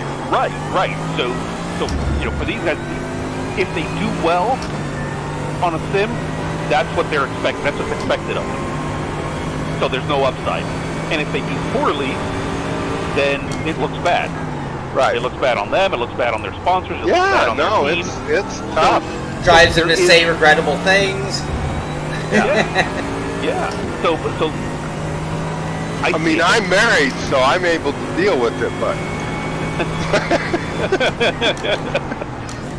but these guys, there was only a downside.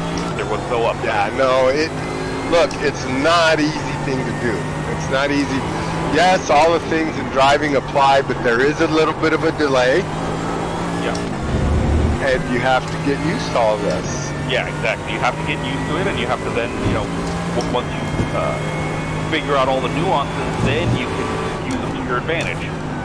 But we all know it's not a perfect 1-to-1. It's like a 1 to a 0.9.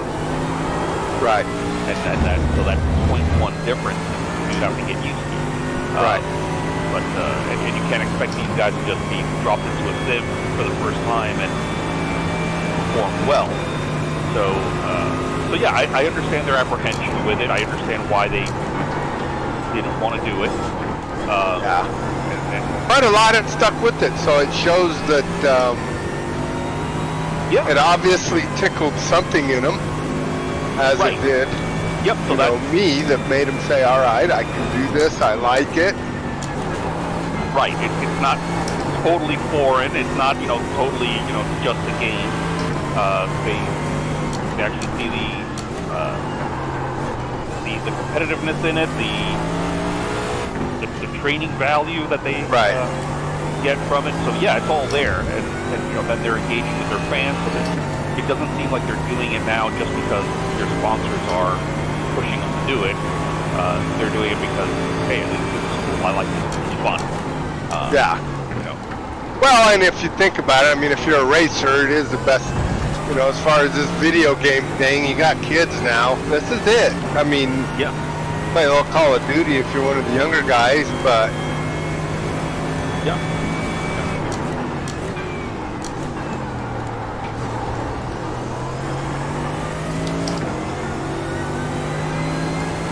well, I'm glad to hear that it's up at least. It is up, and sim racing. I kind of said from the beginning, if we get nothing else out of it, it's at least when you say that you sim race, or in my case, I build simulators, racing simulators. People don't, will no longer look at me with a blank stare. What like, the hell? Yeah. What the hell is that? Is that really a thing? And that's true. Can you really make a living off of that? Yep. I agree. That is mainstream now. Yeah. So I said, if nothing else, I think we've gained more than that.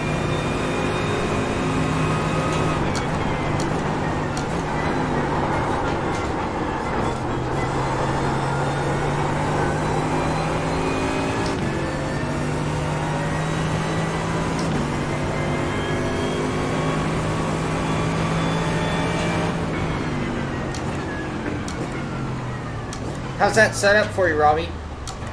I'm liking it. I've added some fuel because I just couldn't run long enough. Right. I just ran a 2-minute 2.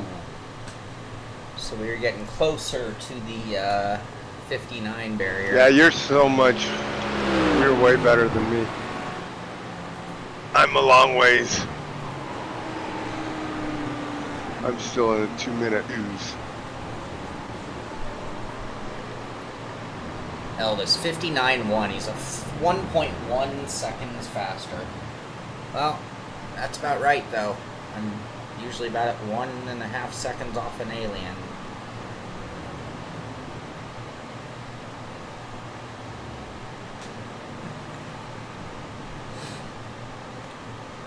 So, if you are watching, believe it or not, there is still plenty of time to go. We have an hour and 20 minutes left in our qualifying session. It's a long qualifying. We do 3 hours, 40 minutes.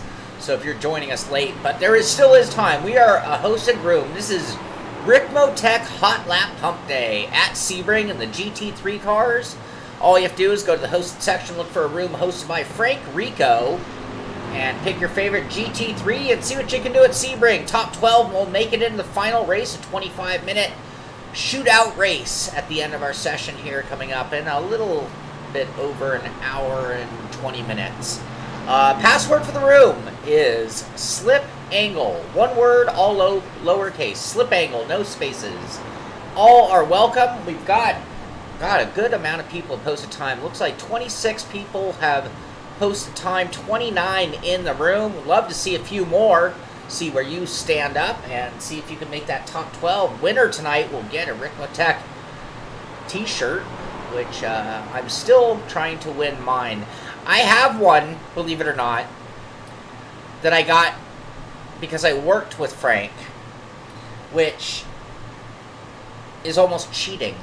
And as you know from last Saturday's 3 Wide show, I am pretty adamantly against cheating. So despite I could throw that shirt on and act like a winner, I, in fact, am a loser and do not properly have one of those t-shirts. The day I win it, though, I'll tell you what, I'm going to wear it every Hotlap Humpday for the rest of eternity. Just to prove. It'll be like wearing a trophy on my head. So yeah, that's what we're going to do. Tonight might not be our night. The reason I say that, our best shot might have been that Daytona race because it was sort of like a crapshoot with that chicane ruining everybody's day, including mine. Whereas without that kind of variable, we're kind of hoping on the sketchiness of the mid-engines to take some of the fast guys out. Let's go ahead and check out who's running what. Elvis Rankin leading the way, running in that Audi. And I don't think that's his paint job. Let's try. That's his teammate's paint job. That's his Orion, whatever it is. Orion Racing. Yeah, right. Let's see here. I'm seeing him in blue HPP and yellow. Orion. I see him in blue and white. Orion. My trading paints is being a little weird. Yep. Elvis is. I was pulled in. There he is. Wait. He's no. first with a 59.1. Welker. Also on pit lane. Kind of hard to see who's in what when they're all in pit lane. They'll go to rear chase. So Welker's in the Mercedes, running a 59.675.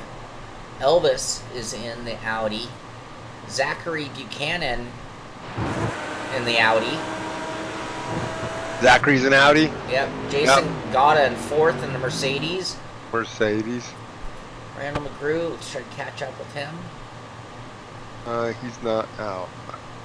Travis is in an Audi. Yep. So it seems like John's in a Mercedes. it's Audi versus Mercedes. Mike Dam is in a McLaren. Yeah. So he ought to get a cookie just for being so different. The top McLaren. PS4, let me look at that. If I would, we ought to have something like that next time. For top Each lone car. dog. Yeah, then I'll get like the Ford or something. Have a chance of winning. That'll be something. the surprise. It'll be top 3 from each marquee. Definitely, I'd say there's more. Well, Grunhill might be in a Ferrari. So you're saying do an extra prize for the fastest guy in the least popular car. There you go. Which apparently was the Audi, but I think I got BS'd. Okay. Climbers and Ford. Okay, Climbers the only Ford I've seen. I'd say definitely most people are in Mercedes. You know, if we threw up a T-shirt for the fastest guy in the least popular car, everybody would gravitate toward the least popular car, and then it wouldn't be the least popular anymore. That is true. Well, but then something else would. Something else would. Right? Then the popular car would become the least popular car. Yeah. They do that in high school so that the ugly chicks have a chance. PS4, I do not know why, and that makes me really mad because I literally pay them monthly, and I'm right now thinking if you can't sell my freaking t-shirts properly, then what am I paying you for?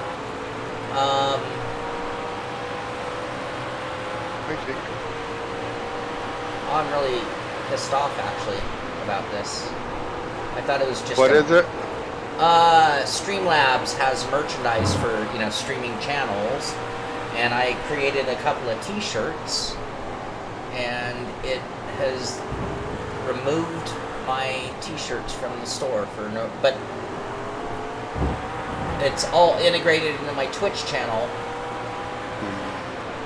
and it's none of it's working, and it's like, well, I'm paying for this? Seriously? Not after today, I'm not. Yeah, that sucks.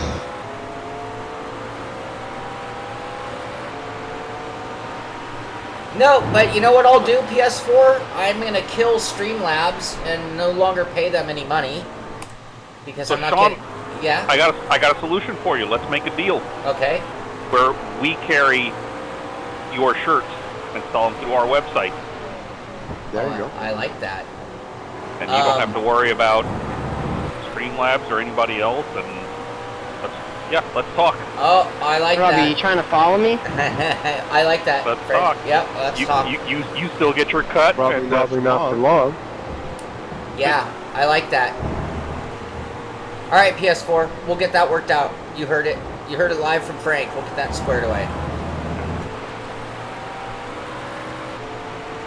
Yeah, I'm gonna like literally contact them and demand that they give me a few of my months back, because if they haven't been doing it, it's like that's the only reason I'm paying you guys, which is a ridiculous amount since I could have done it through Cafe Press, but I don't like Cafe Press's shirts. So we're gonna change some things around here. All right, so where are we at? Have we dropped? Where are we? Shaun Cole still sitting in 8th place. Robby's in 18th, 6 spots out of it. Yeah, I'm sucking. But I'm missing something somewhere pretty significant. I'm gonna watch you. I might get in your car and watch you. Ah!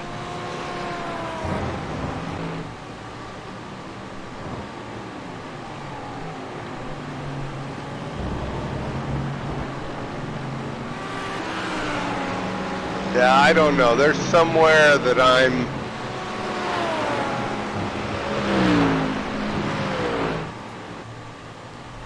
Here, let's, where are you? Backstretch.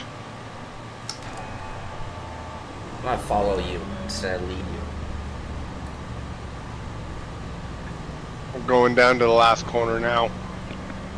Elvis is in front of me. Dudek's behind me. Okay.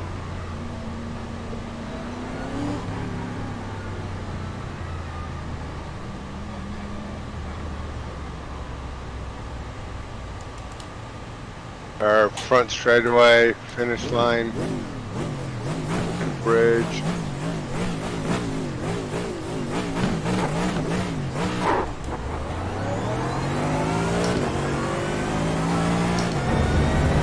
Oh, sorry, Tom. Sorry, Tom.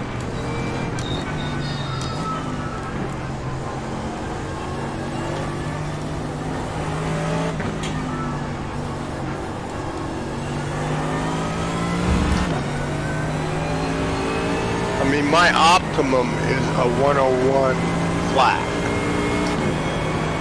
My optimum wouldn't get me into it.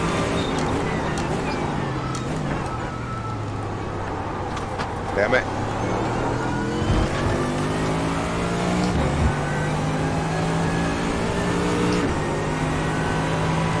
Three cheers for Frank, indeed.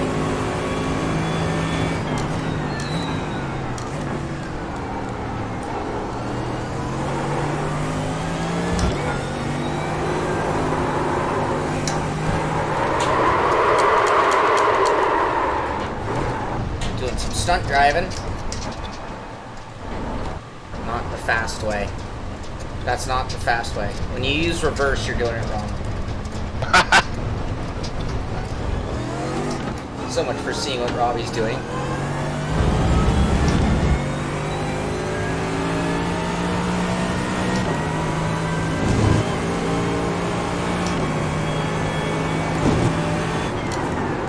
If I'm holding you up, Tom, let me know.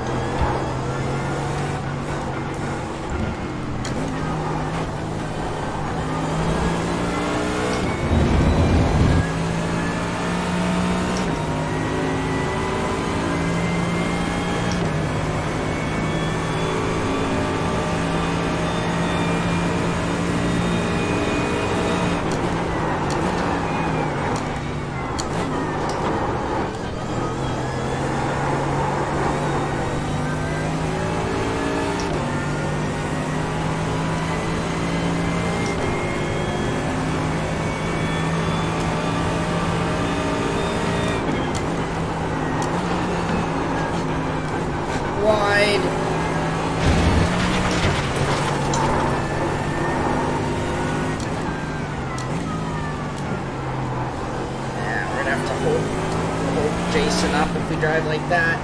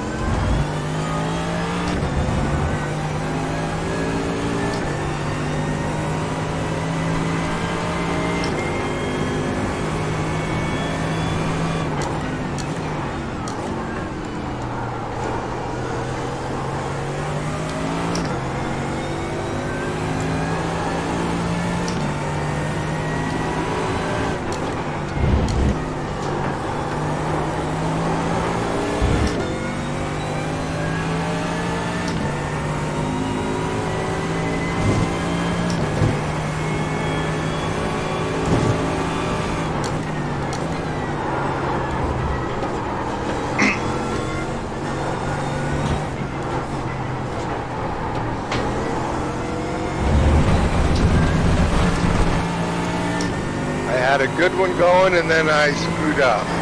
I kind of did the same thing.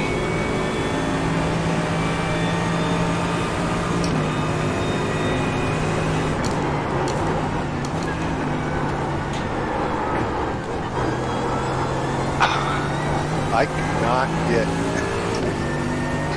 anywhere close to even my predicted.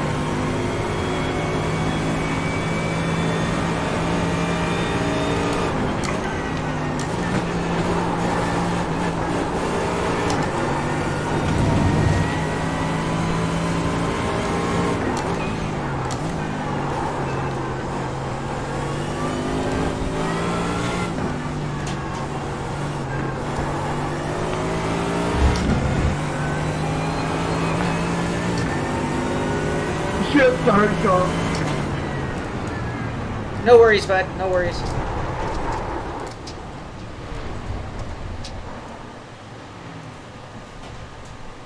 Just clipped it. Just clipped it. Okay, we're about to go fast though. I'm feeling it. Are you? Yeah, I'm feeling it. Starting to get I don't know what I'm feeling, but I don't think it's fast. It's not it.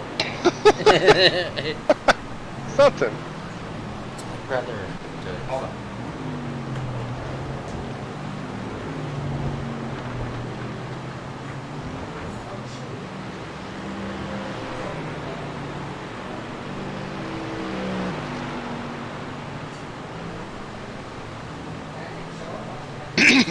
weird. I think I go to a point and I go, okay, I can go just a hair deeper, and I go a hair deeper, and it's too deep.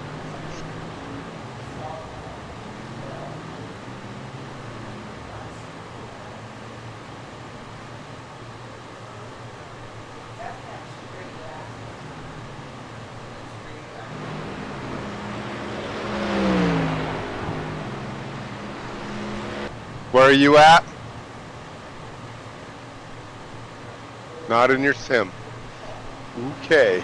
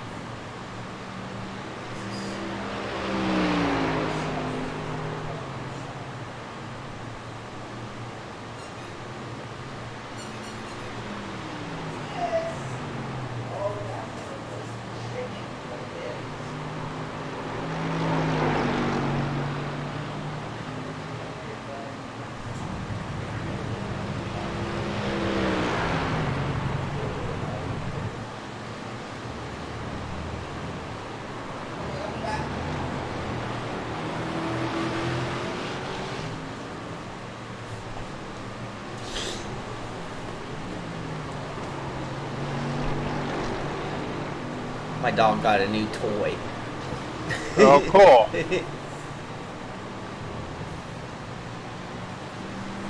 When I was a kid growing up, we had all these finicky animals that you buy them something, they'd ignore it. And then I got this dog, and anything you buy, he's like, oh, thank you so much. Yeah, my dogs go through whatever they get pretty fast. I've taught mine open their gifts at Christmas. Oh, I gotta work on that. We're gonna do that this year. And I had one, my last one, he passed away, Taylor. That guy was good enough to go under the tree with all the dog's toys and get his. He can smell it Swear to out, God. like knew it. I do not know how that guy figured it out, but he would get his toy. It's like, I know the smell of plush. A China plush. And he wouldn't touch the other one. You know, like right. my dog Cooper now, he goes through everybody's toys.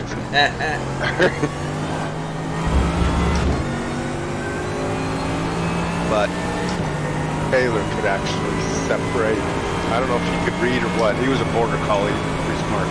Oh, those are, yeah, super brilliant. Where are you at? The hairpin, first third. Where are you at? Oh, you're behind I me. just Here, pulled out of the pits. I'm gonna hold up for you. You know, I have good. I don't know. I don't know where I'm missing it. Maybe I just haven't put it together. Elvis, we're doing all right. How you doing, bud?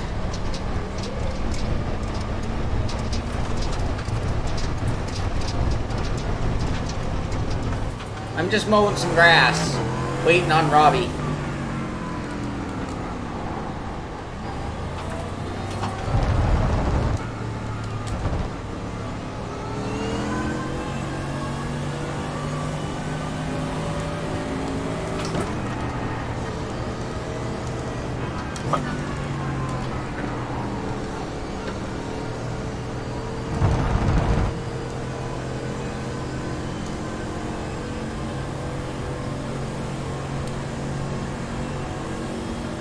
Trying to Alright, I improve. think Yeah, I've caught you. me too. Alright, you go by. I want to follow you, actually. Here, I'm going to get over to the left. Actually, I'm going to wait till the back stretch. Like proper. So are you second here? Yeah, but I feel like it should be third, but I can't get it right. I guess my best has been third, but It's like I'm in second, but I'm like only there for a half a second. So it's like, was it worth the shift? You know, but it just seems to get me off the corner where I can turn. I go tighter there, but I don't know if I'm right through there, so it's not. I have a guy. Just maybe I should open my eyes.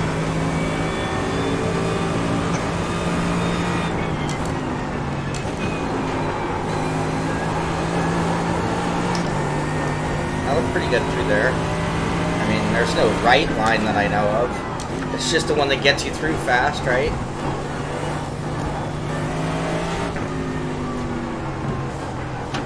Wide there.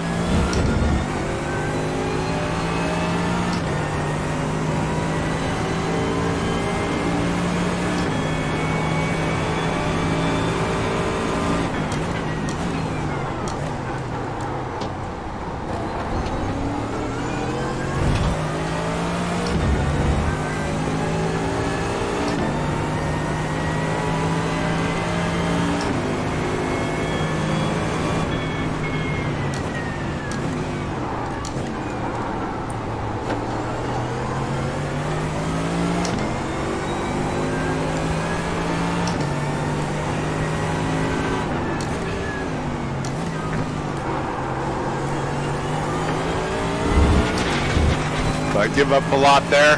Not really. I mean, I don't know, you're doing everything as right as far as I mean, I think I'm braking better than you are. Damn it. I think I'm, so, here's the one thing I'm noticing about this car and iRacing in general sometimes. Like, you have to initiate braking, and then once the car's happy, you have to increase braking. Okay, I almost am doing opposite. Yeah, because it seems like it's the second half of the braking where I'm closing in like 3 car lengths. Interesting. Okay. All right. Let me see here. That was stupid. I got all. So is my initiation point too early? No, I think your initiation point was exactly where I was going, but maybe. I don't know how to explain it. I'm gonna have to look at the way it changes again. Yeah, it seems like maybe I am going deeper, not pressing as hard as you are at first. So I'm carrying a little more speed at first half of braking. Okay.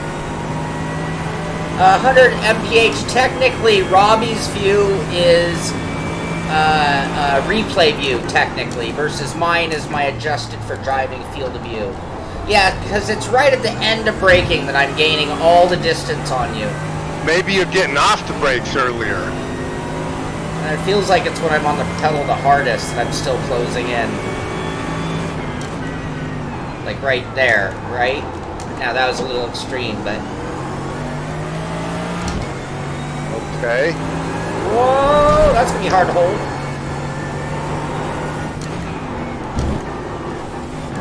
Oh, damn it!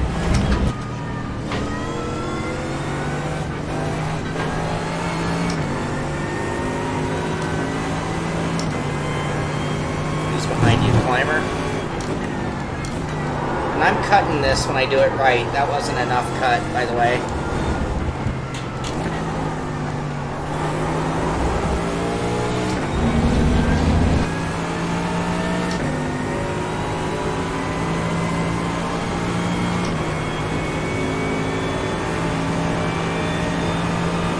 Are you wide open to the wall here? Just before it, like the 1.5 mark. Whoa, I downshifted a second.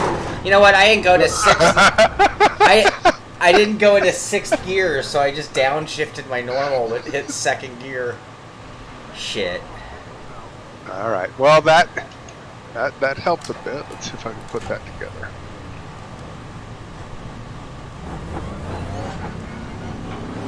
I think you're getting. You go a little deeper than me. Right. Is why you feel like you're closing while you're on the pedal. Right.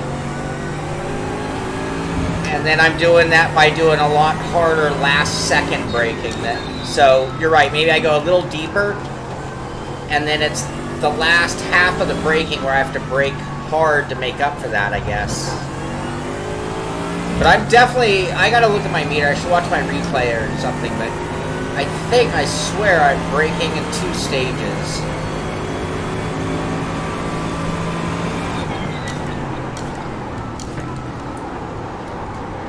Oop, didn't do it enough there.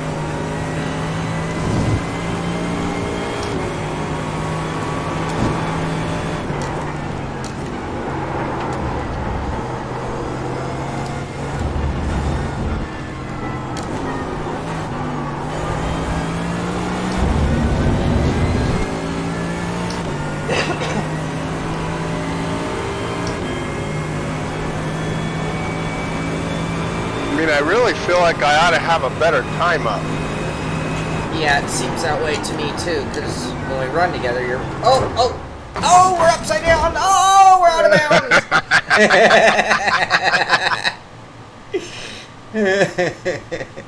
Alright. That's that outlap.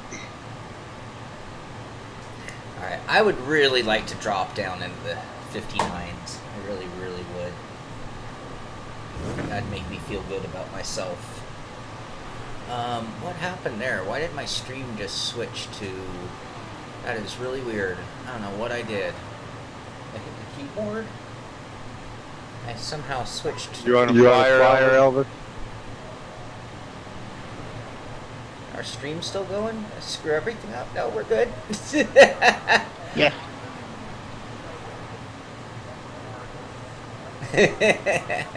Not anymore. Thought I gave you room. Sorry.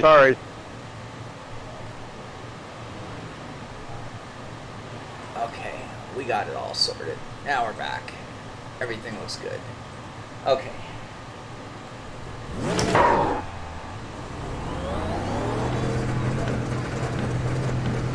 I just took Elvis out and I thought I gave him the whole track.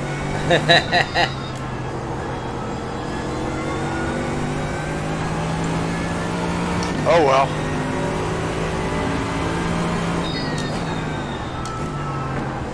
And that was the one. He was going to make a big improvement, right? Of course. I'm sure it was. Had to be.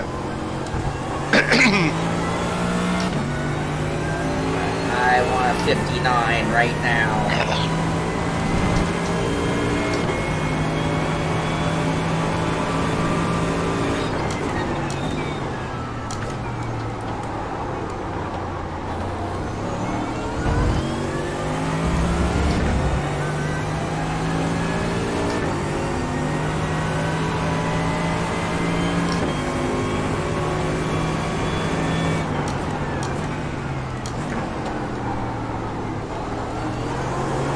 You've got a time up that's better than my optimal. That's how I feel about Elvis.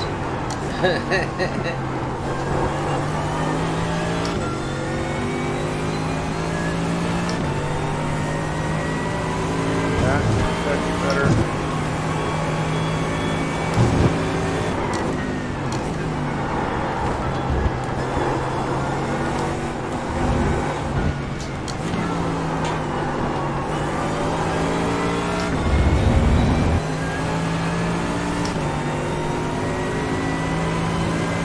Alright, let's get it.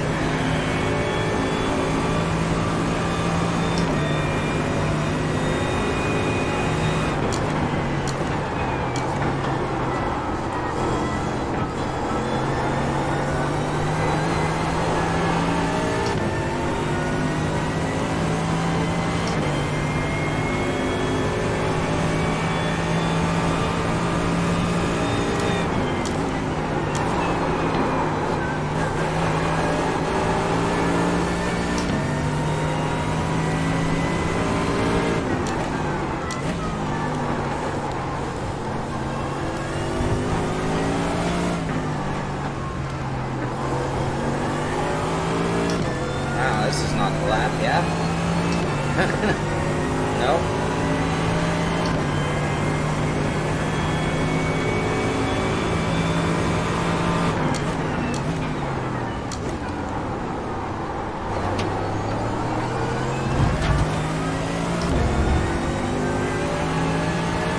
We got at least an hour left of qualifying. I'll get you a time check in a minute.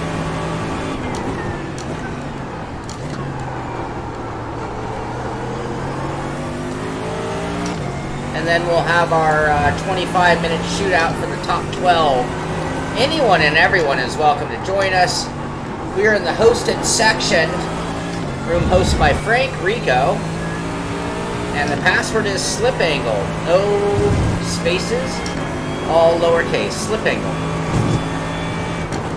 Isn't it going to be like a race, 20-minute long? Yeah, 25-minute race for for the top 12.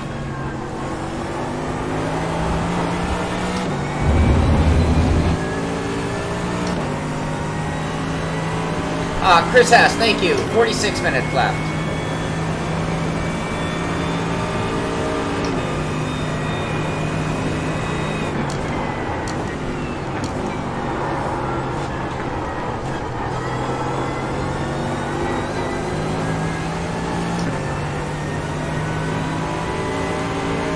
Another DQ clear? Alright, we'll get on it as soon as we can there, Chris.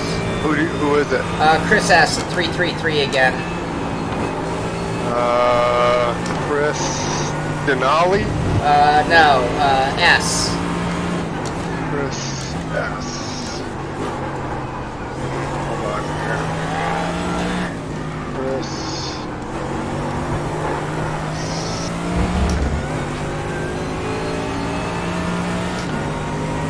Chris S.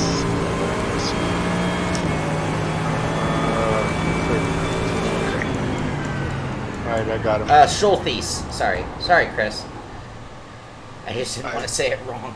Chris Schultheis. I got it. Oh, well, I think I got it. Ask him. Yes, looks like you got it. Okay, how are you getting DQ'd, Chris? Just out of curiosity. 2:55, so we have 40... when's the race? 5 minutes. In 45 minutes. Diggity diggity. So yeah, 45 minutes to get your laps in. Top 12. In 45 minutes? At the end of this? Top 12 will go into our final. Usually they end quality before the actual session is done, though, so. What did he say? Not sure. This is a 3-hour, 40-minute qualifying session so that it watches over any cuts. And then we go right into race. Right on, Chris. Robby, you have a bent wing. Or at least I'm seeing a bent wing on your car. Could be. I drove a little off track clearing his. Black flag. Oh, you did that on a run?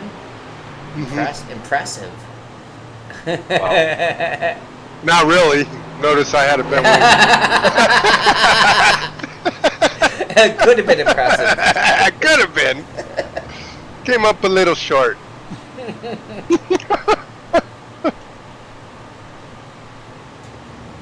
All right, so how safe are we? We're only in 8th. I'm very safe for not getting in. You know, you're behind my buddy John Hill. He's a pretty fast driver. You're right in front of Doug Hawley. He's a pretty fast driver. No, I mean, I've got an... I'm not getting it on. I should at least be able to run some mid ones. Not that that would put me in, but I shouldn't be where I'm at, you know. Right. I don't understand, because when I was driving behind you, it was like, there's very little. I mean, it was like, okay, everything's right.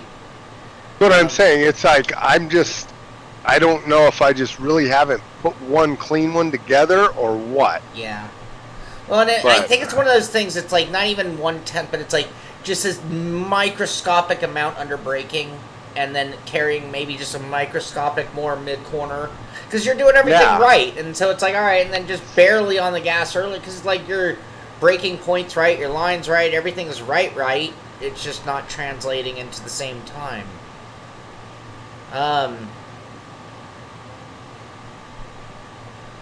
Maybe get off the brake earlier, Robbie. Yeah, that's... Let it carry more speed. Well, I'm trying to get a little deeper, and then, yeah. I feel like I might be turning the car with the brake pedal initiated, and it might be initiating a push. And this whole track is about super late apexing. I notice like everywhere at critical is super like weirdly late apex. Otherwise, you can't get on the gas right. And then if you go in early, which is my tendency is to turn in early, it ruins everything here. Well, Chris is having a good time being ahead of you, by the way, so that gives you a target. He's got a 202.029. Look at the grouping there, by the way. Chris Schultes, 202.029. Jeff Jacobs, 202.053. John Hill, 202.097. And then Robbie, 202.4. I know, and Robbie. 4 tenths, and you get all 3 of those guys. I know, and I should have a half a second. Yeah. In all honesty. Yeah.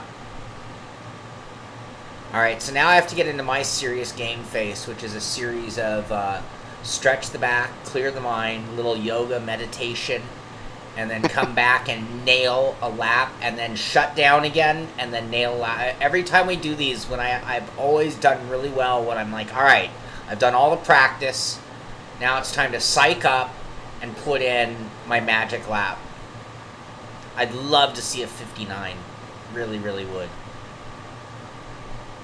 Alright. I'm going to go check on my brother's new zoanthids. Anybody who knows aquarium life. Zoanthids. That's our word of the day. I'm going to... There we go. There we go. That's what we want. Picture in picture. You got Robbie all over the place. I meant picture. Hi, Max. Max, people are asking for a Max cam. I'll be right back. A Max cam? Hey, Kevin, what? I hope you don't Max plan on cam? improving your lap time anytime soon. Oh, my back. A Max cam?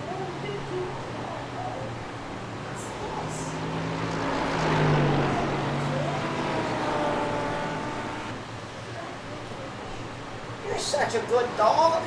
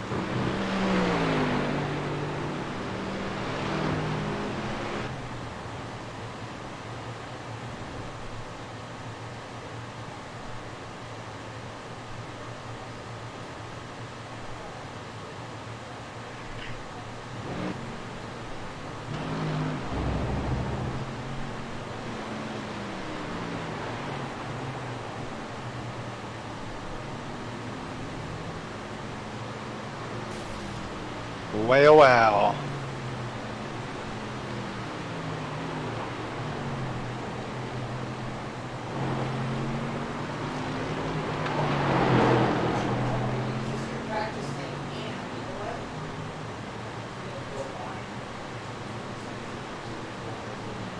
Try to see what we can do here.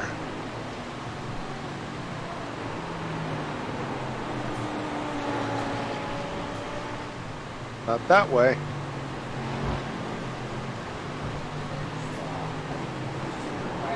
I'm going right. Well, we'll put some different.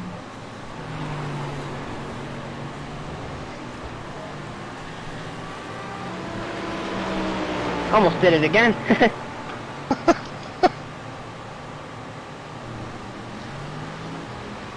Well, then I can't help you. I see Robby's trailing Elvis around. Well, I just tried you to dropped the pass me time. again. You dropped all the time. Oh, Me? yeah, you did a 2:02:039. Yeah, but Well, we were talking about the three guys just ahead of you. did I get him? You got 2 of the 3. Chris S., you still get to claim being ahead of Robby Unser. Now, I'm calling it here. I won't make the race. Oh yeah, we forgot about that too. We always have no-shows. Shit, I'm back to 10th. We gotta buckle down. I took some wing out of mine and put some more fuel into it. Took wing out. Yeah, I took 2 degrees. We have 10 in this setup. I went to 8. I don't know. I just figured it could be, after 3 or 4 laps, it could be freer, but then I went to like 14, 15 gallons to see if... Good job, Brian. Sorry, Brian. Sorry, Brian. I wonder if I hurt my car doing that. Not very far. I'm not gonna worry. I'm gonna... You're okay, Shaun.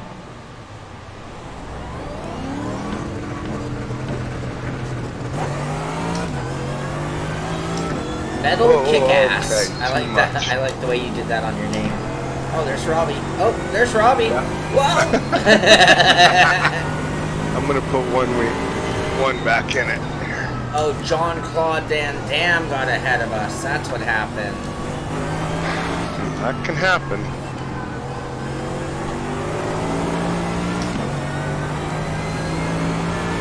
Yeah, I had to on friends happen here. Whoops.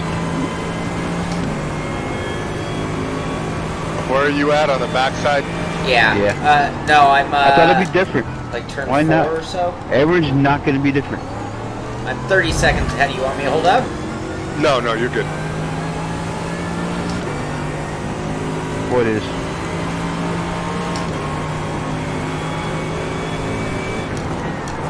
Well, y'all driving.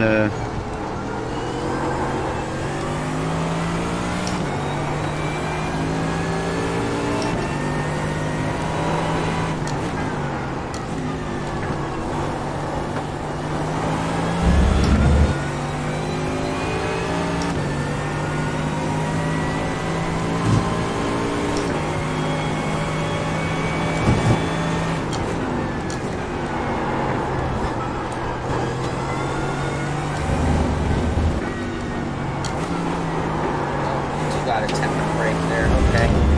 I don't know about second gear there. I really don't. I would change my Where's gearing. that? That right-hander right before the last corner, before the backstretch there. I would literally change my second gear just for that corner.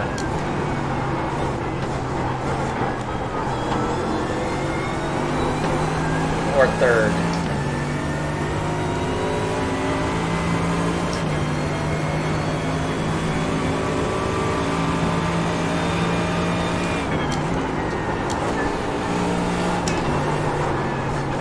Oh, way greedy, way greedy.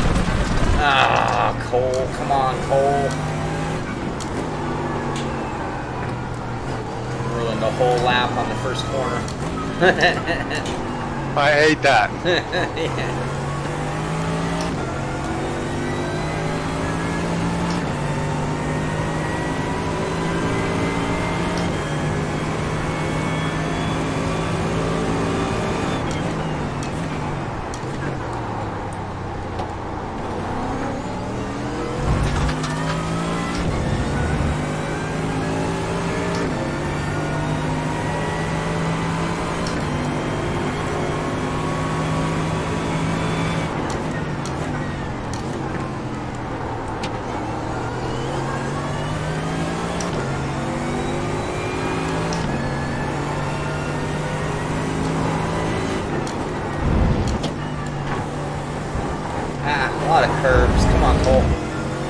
This car does not like those, does it? No, it jumps a lot. It's because I'm getting too aggressive and turning in early, like I was saying. That is just one of my problems in racing.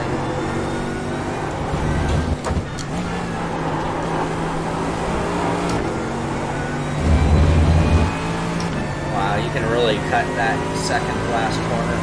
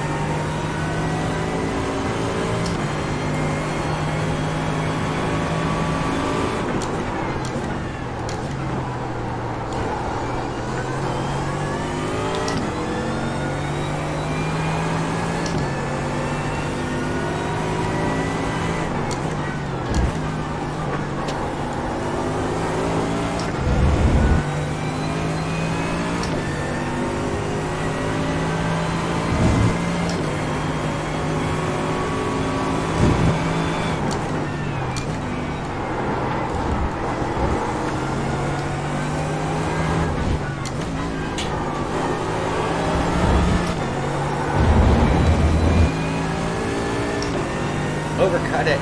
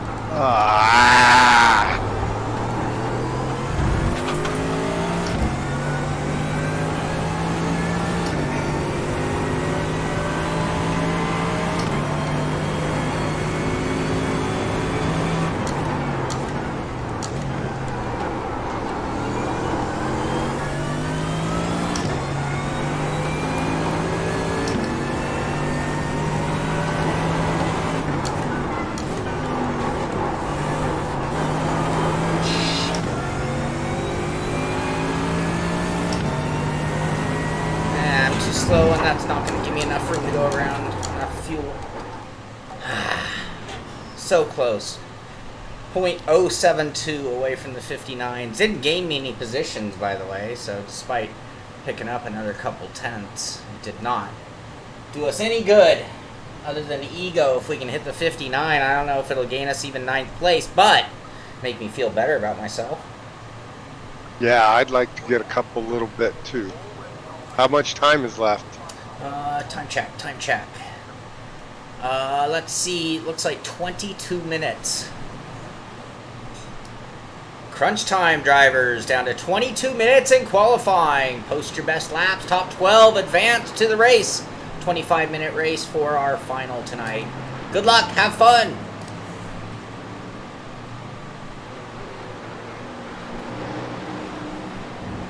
I notice when you guys leave, I'm not very good host to leave the mic with. I mean, I don't pick my notes, but other than that, I don't really say much either. Where's Jeff? Hey, I am back. Oh, look at that! Right on cue. Wow! I'll tell you what, man. You get racers talking to a data analysis expert about lap analysis and so forth, and a 1 hour seminar quickly becomes a 2 hour seminar, and you're ripping people away. yeah, just like that. Oh man. Well, I'll tell you what. As we look at the board here, man. Don't look at the board. Folks have really gotten dialed in here. I see the track has continued to cool off. We got Elvis Rankin at the top of the board with a 59.0 now. He's almost into those 58s. I know that's going to kill him if he doesn't get that 58. But and Zach Buchanan there, look at that, just 3/10 back.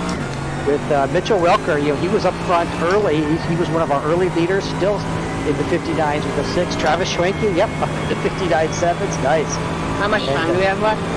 Mr. Morano there, 59.9, we recognize that name.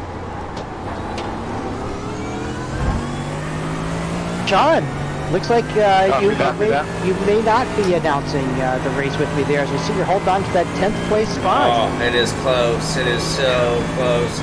Too close. Well, that's awesome. I see Mike Dam made his way up there to ninth in the McLaren. So nice run for him in that.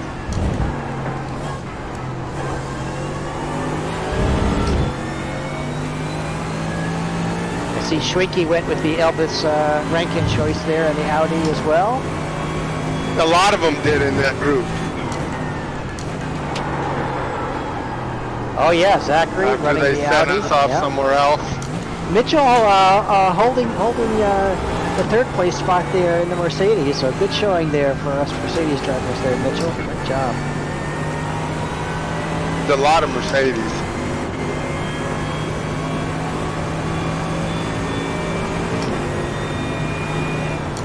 Yeah, it looks like we have a little under 20 minutes left in qualifying time here, and then we'll be on to our 25-minute race. Damn, Mike, that McLaren does look twitchy.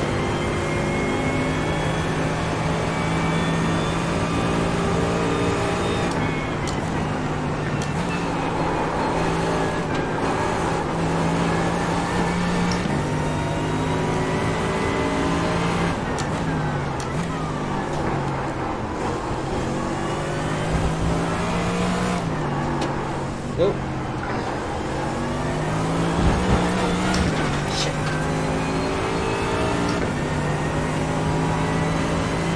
Dam's up to 8. Damn.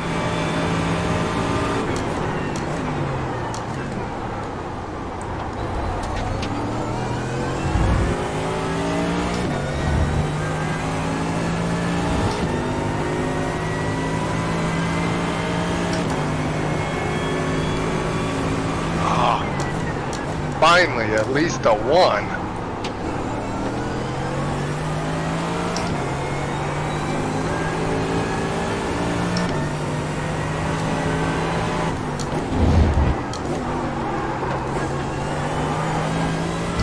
Oh, Mike, that McLaren looks so twitchy.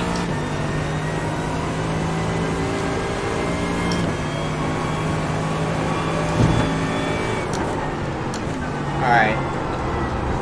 Getting down to crunch time.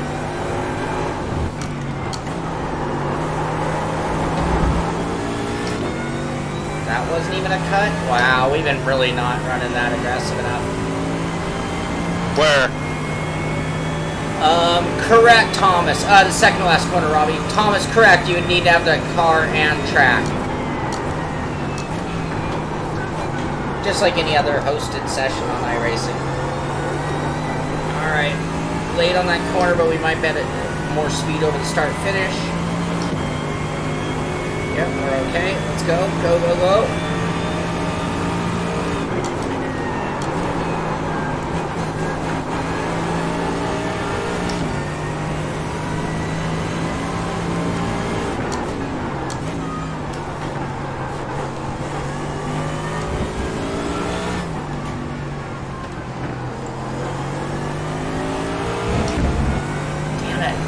slower.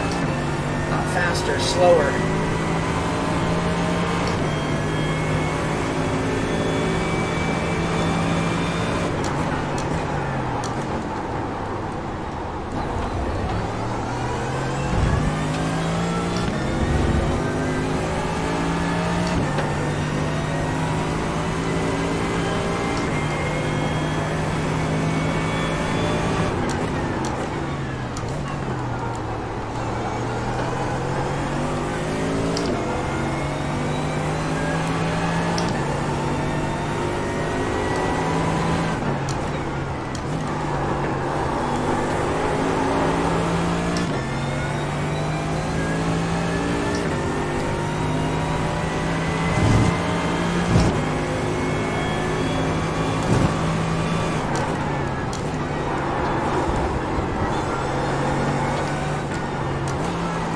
Ah, another ruined lap.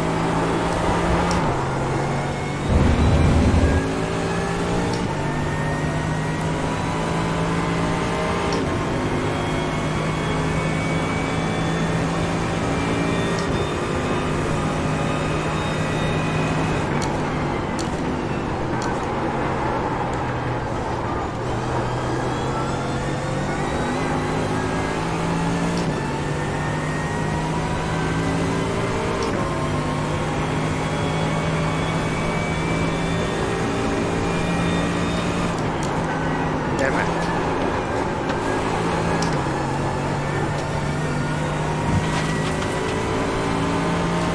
All right, drivers, as we get into our final 15 minutes or so of qualifying, we are taking our top 12 drivers into a 25-minute race here at the end. Right now, 9 of our top 12 are in the server, and of course, the 3 that are missing right now, Zach Buchanan, Randall McCrew, and Kevin Burrows, they of course can log back in if they want to participate in the race here in about 15 minutes. But if they don't, we'll go down to the next 3. And right now, that is David Clymer, Tom Dudek, and David Grinnell in 15th right now. So Grinnell unofficially on the bubble with those 3 drivers currently missing. But as you look down the list there, I would say, if you're in the top, 18 even, it might be worth kind of hanging out and seeing if enough folks stay in the session for you to make it in. And we will go with our top 12. As Zach won't be racing, of course, we know for sure we're going to spot number 13. David Clymer, you're going to be in.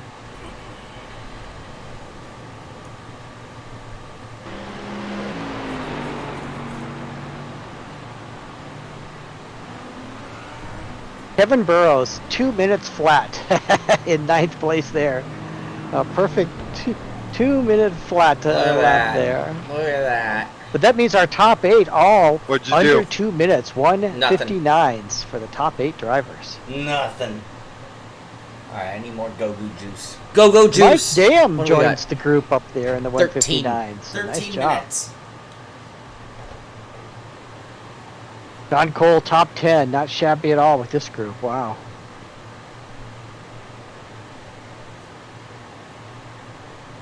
Just 1 second separating the top spot from the 12th place spot.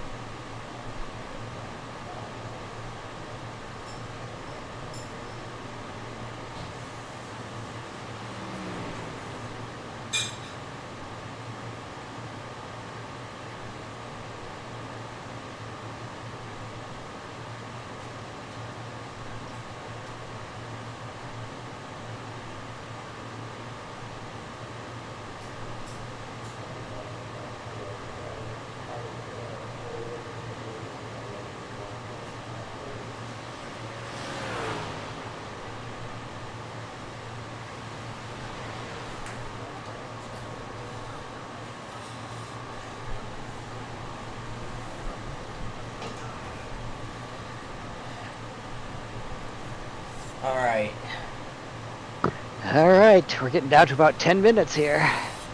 Scary times. Scary times, Jeff.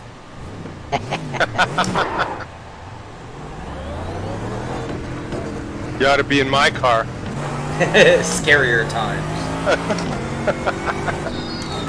Freak you right out.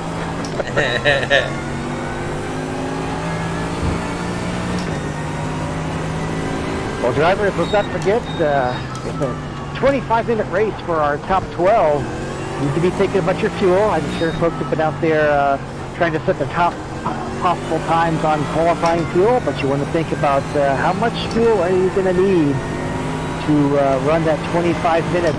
For the lap times, you're talking about probably a 13-lap race, and you're going to want to have enough fuel to make those 13 laps.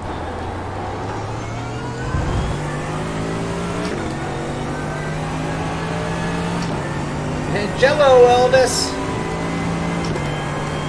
Did you get it yet?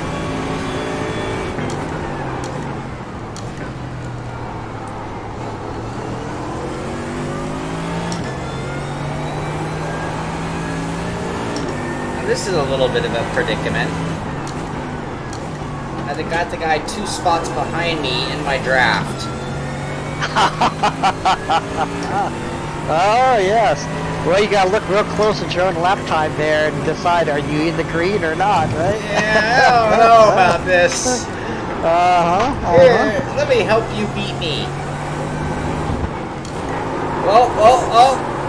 That'll do it. It even looked natural. Here, let me just get out of your way. Wouldn't want to give you a draft on the straight. Oh, hey, what do you know? There you are. Funny how this worked out.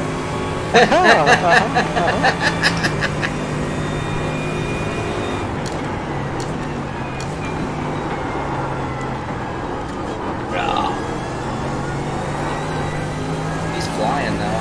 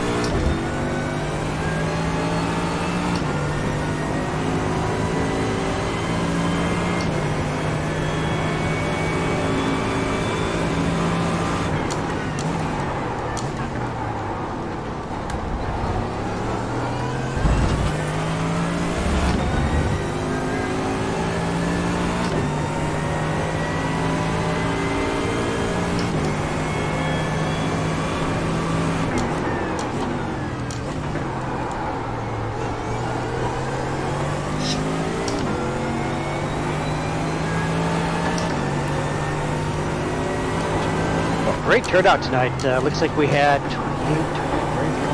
33 different drivers in here. Good number. Competing this evening, yeah. Popular track, car combination.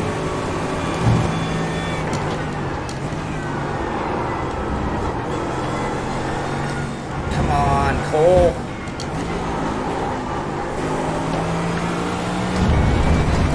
Oh my God, you moron!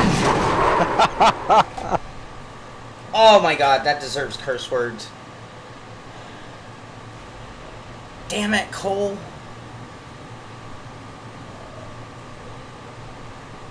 That wasn't a fast lap or anything, but I didn't want to give up what I had on the track.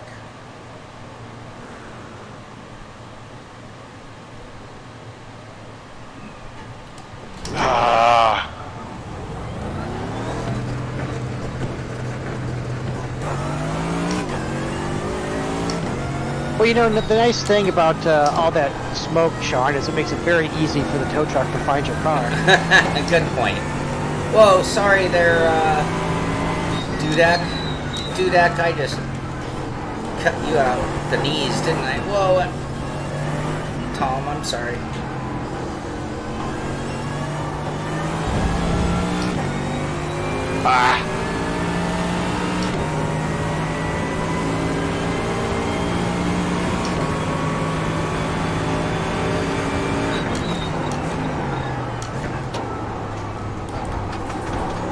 right, about a little more than 5 minutes to go. No real changes there at the top of the order. We still got Elvis sitting at the top, and Zach as well, and the Audi driver is sitting 1 and 2 at the moment. Mitchell sitting there in third in the Mercedes, but not currently logged into the session. Deep on that.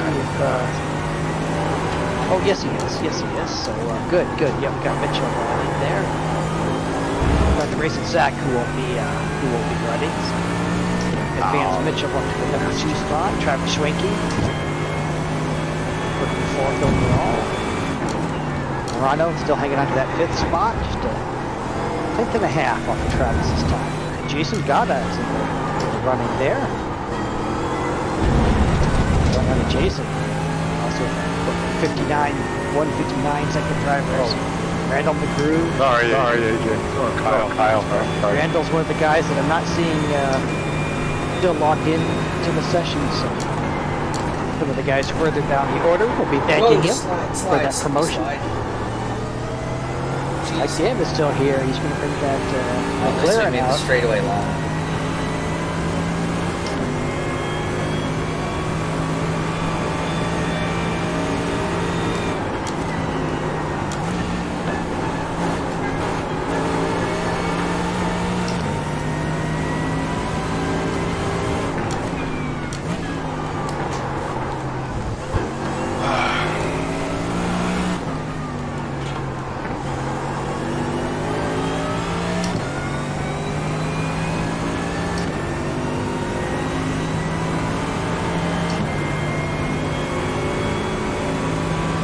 Yeah, Dave Clymer dropped 3/10, and he moved himself up into the number 12 spot with the 2 or 3 folks who were missing. That is likely to guarantee David a spot here in the challenge as well.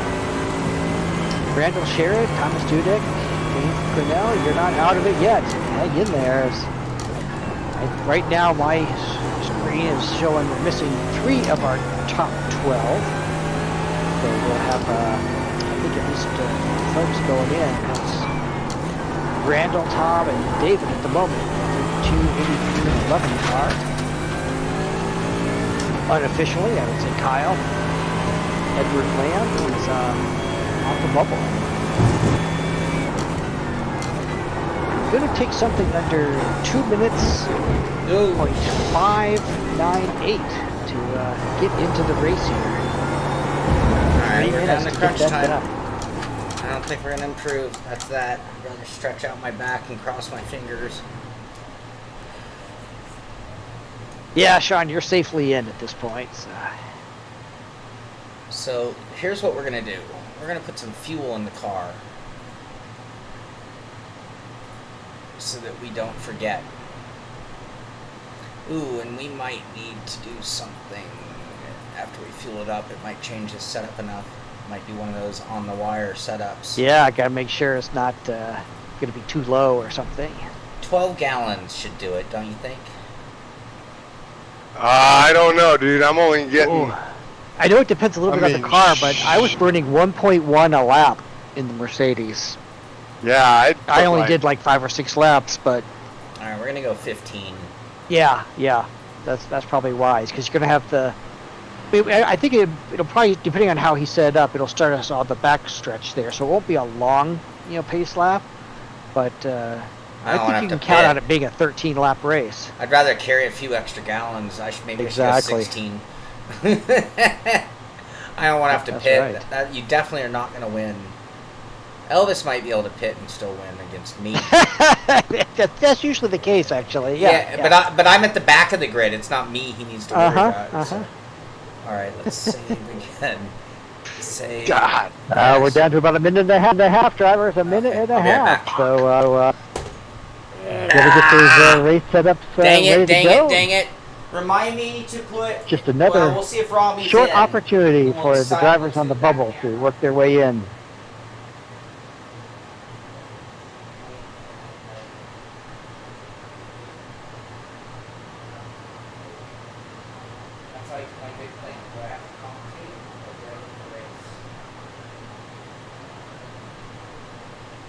And by the way, drivers, tonight's race, 12 lap race. It's going to be a rolling start.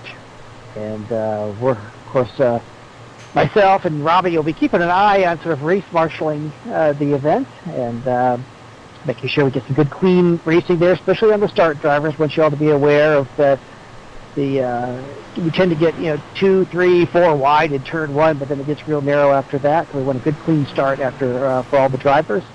I believe there is one maybe fast repair, but of course you get that far back, and it's going to be pretty tough to catch the front runners in this class.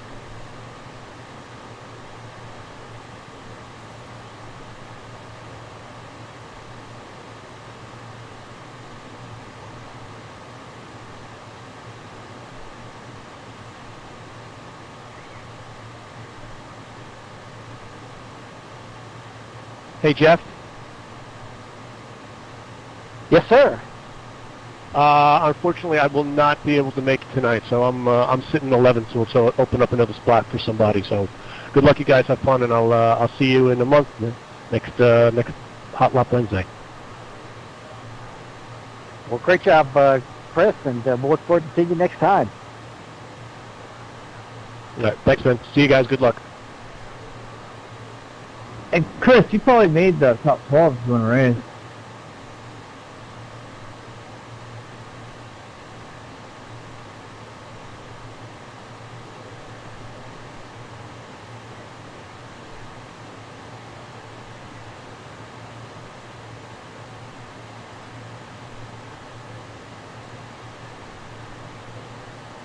Okay, drivers, so I am showing that we have room for 4 more. We have 4 drivers who aren't in for the race. So that means we will go down and add in, just to confirm, David Clymer, you are in. Randall Sherritt, you are in. Tom Dudek, you are in. David Grinnell, you're in. And Kyle Edward Lamb, if you're still in the server, you are also eligible. Ronald went to bed.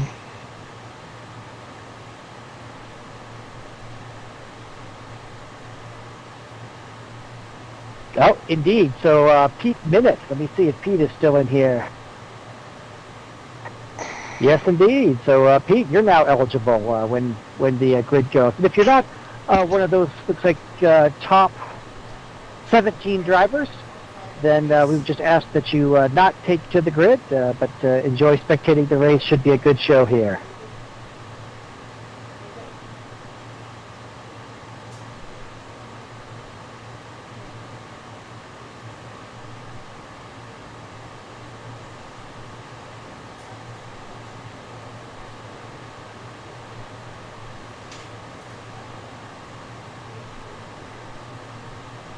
About 30 seconds till it switches over to grid.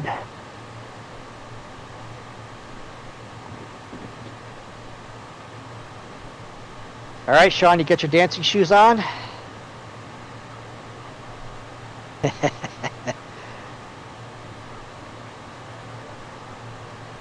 Nice top 10 finish there for Shaun. No, easy. Oh, okay, yeah, doing just on time.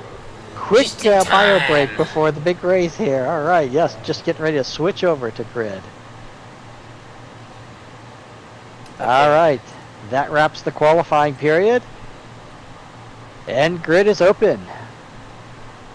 All right, drivers, grid is open. So again, you have to have qualified in 17th place or better. We have 5 people who have signed out at this point. So anybody who is in 1 through 17 and qualifying, you are invited to take the grid at this time. Alright, so we are going to put our picture-in-picture on the leader of the race. So above Robby, you would see picture-in-picture with leader. Well, drivers, do keep in mind we're just having some fun here this evening. We'll have a 25-minute race. Let's make sure that the whole group gets to be there. Looks like we're going to have a full pace lap as well, so make sure you've built that into your fuel calculations. But let's get a nice clean start on the green flag there. Everybody should keep in mind that as you get down after you get around turn 1, you're going to have that big backup there in turns 2, 3, 4 down through that complex. So again, build that into your following strategy that first lap as you get down into those first couple of tight corners. Same thing, the first time you get down there into the hairpin, make sure you build in that extra braking distance so we don't have a bunch of folks punt it off on the opening lap. Let's put on a good show for folks tonight. Two things. Is there an invert? Is it on green or on leader? Isn't Elvis inverted only? We're going with the iRacing green, Elvis. There's a pole position invert, I thought. One man invert. I mean, you're on pole, so I think that we should offer Elvis, if he'll go to the back voluntarily and he wins it, he gets a hat and a t-shirt. What do you think? Hey, that's not a bad idea. We can do that. I've seen him drive. He's capable of Well, that. throw in it out terms there of to him. spinning out on the opening lap and then Well, throw it out big in to the him. back. So Tell him there's an extra hat in it for him if he wants to voluntarily tag the field and he can win it. And drivers, with some of the folks missing and so forth, I think go ahead and just foam it up, make it as clean as you can there, and it'd be great.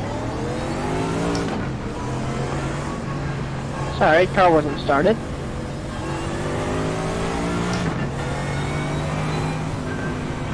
Thank you, PS4.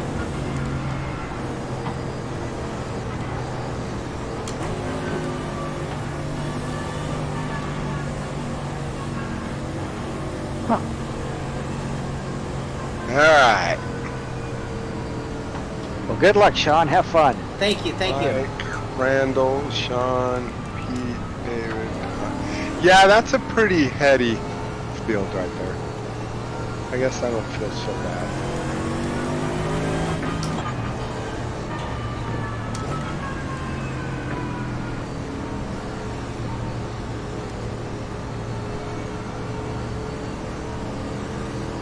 And drivers, since you've got quite a bit of time until you get around to really needing to foam up for the start, if you were to sort of single file it, or at least space yourselves out a little bit when you get to the tight hairpin and so forth, that's fine. And I'll call it out when we need you to really get in formation there on the back straight.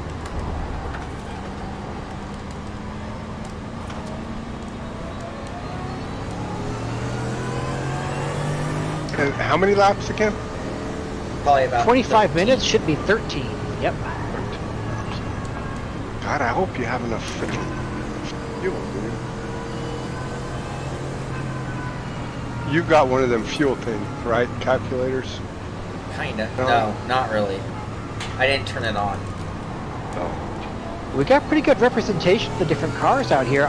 Mercedes, clearly the favorite, but I'm seeing the Ford GT out there. I'm seeing the BMW out there. We talked about Mike Dam being in that the killer McLaren. Thank you, Rick. Audi. Thank Yeah, you, he Rick. managed to put that in the top 10. We've got So is every Tough car competition. represented? Audi there, up Jeff? front, and we had some Ferrari drivers in. Let me see, did any of them make the grid? Any BMWs? Four in Yes, the back, yep, there's a one BMW back here. There, right behind me to the left. I see a Yeah. Beamer. Left. Pete's in the Beamer. Audi. I'm not seeing a Ferrari. I'm not the seeing only Ferrari. one I'm not. What? Oh, they'd be so disappointed. I know, and the Ford made it. Oh, even worse, salt on the wound. Yeah. For Ferrari. I was You gonna know say what? something That's an idea smart for about one it, of our you know, deals. Sort of like their Ford Formula versus One side. Ferrari. Catch up. Exactly, you read my mind. We could have a All Ford right, drivers. versus Ferrari We're going night. to get formed up. Nice clean start here. at the We beginning also of the need race. to do the 25 LMP minutes, cars should be about at some 13 point. laps. We wish everybody good luck. Maybe next time. You know. Yeah. All right, focus. Phew! You probably ought to turn us off, but I can't. I'm gonna tune you out, but I'm not. There I you can't go. turn That's you out. right. Oh, we're only here to be supportive and helpful. my wife says it's impossible.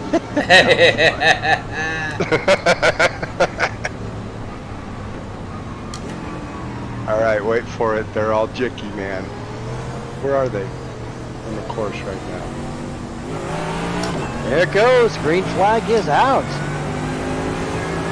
Those drivers are away. Good clean start. I didn't see anybody jumping. Guys up front parked close together. Those two Orion cars next to each other. Oh, and the Mercedes kind of sticking his nose in there to take a look. Yeah, nice Your job. inside there, Shaun. Watch your inside.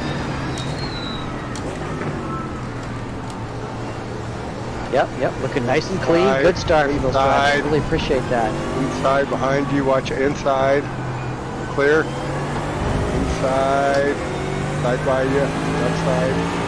Elbows out nice and clear, but Mitchell Welker has got that Mercedes in second place, just ahead of Travis Schwenke in third. We come down into that hard braking zone. Very clean up there towards the back of the field, toward the front of the field, the back of the field. Drivers side by side, but they work it out. Nice clean start. Looking. Yeah, I think I already have damage. Somebody hit me. All of these drivers You're trying clear. to get some heat in these tires on this Clear. opening lap. Got to be a little bit Forward. patient before they get back to sort of that 105% I'll look for mode. damage here. Just keep going. Elvis may be trying to build himself up a bit of a margin here, whereas the drivers behind him are going to want to Look try to stay okay. in that draft. They get on that back straightaway, try to pull up on him.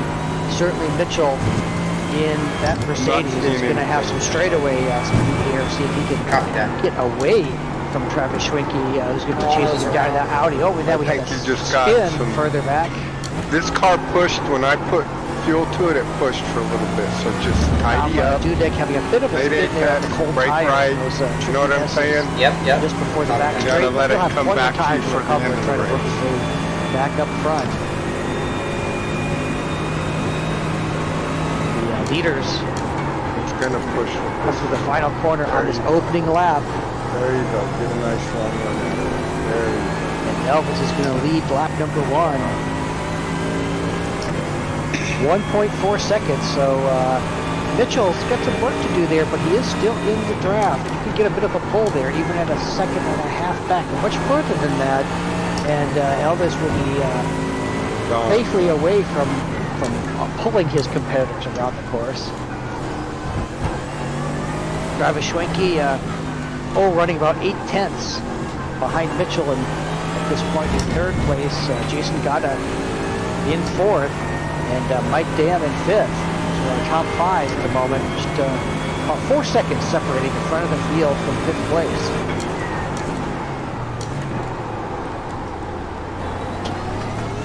The only question is can Elvis run without mistake? I mean, he's definitely always the quickest. But he is prone to a boo-boo every now and then. Not often, but every now Nice and clean so far. He's been really good. he's not running it off course or anything like that.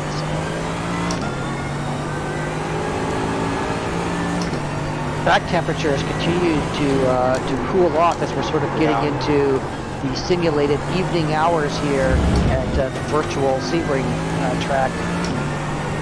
So is it Travis, Elvis, and Mike are all on the same team?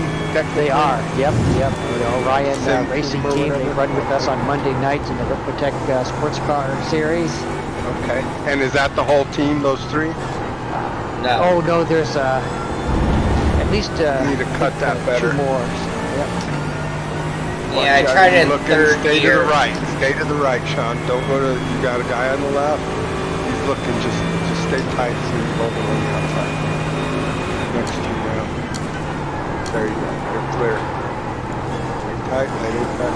The challenge there in 8th, 9th, and 10th place there is Kyle was taking a look on Shaun. Shaun able to hold him off to get at the front straight here. It'll be another opportunity as they get down into turn 1. Meanwhile, up front, Looking on your inside. He's looking on your inside. You're clear. Nope. He's there. Elvis. He's there. Elvis has now opened up a 2-second lead on Mitchell Welker in that Mercedes. So they came across the line the first time as a 1.4 second lead. Elvis puts another 6/10 on him, now 2 seconds. That means he's got Mitchell out of the draft.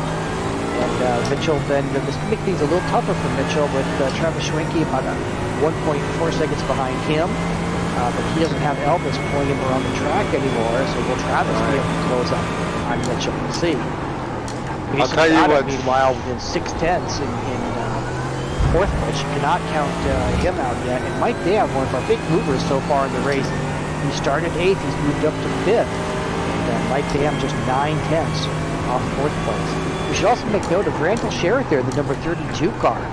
He started 13th and moved himself all the way up to 6th. A very nice drive there for Randall. So I remember first starting watching Elvis, Travis and Mike. I mean, Elvis was quick, but they were really, you know, quite dominant. Now that I see him on the same team, I have to give Elvis some kudos that he's been able to be the quicker of the team, because you know they're all in the same setups and stuff now. That's pretty impressive.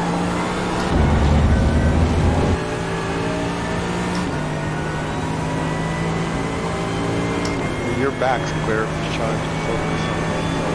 Yeah, thank you. Elvis makes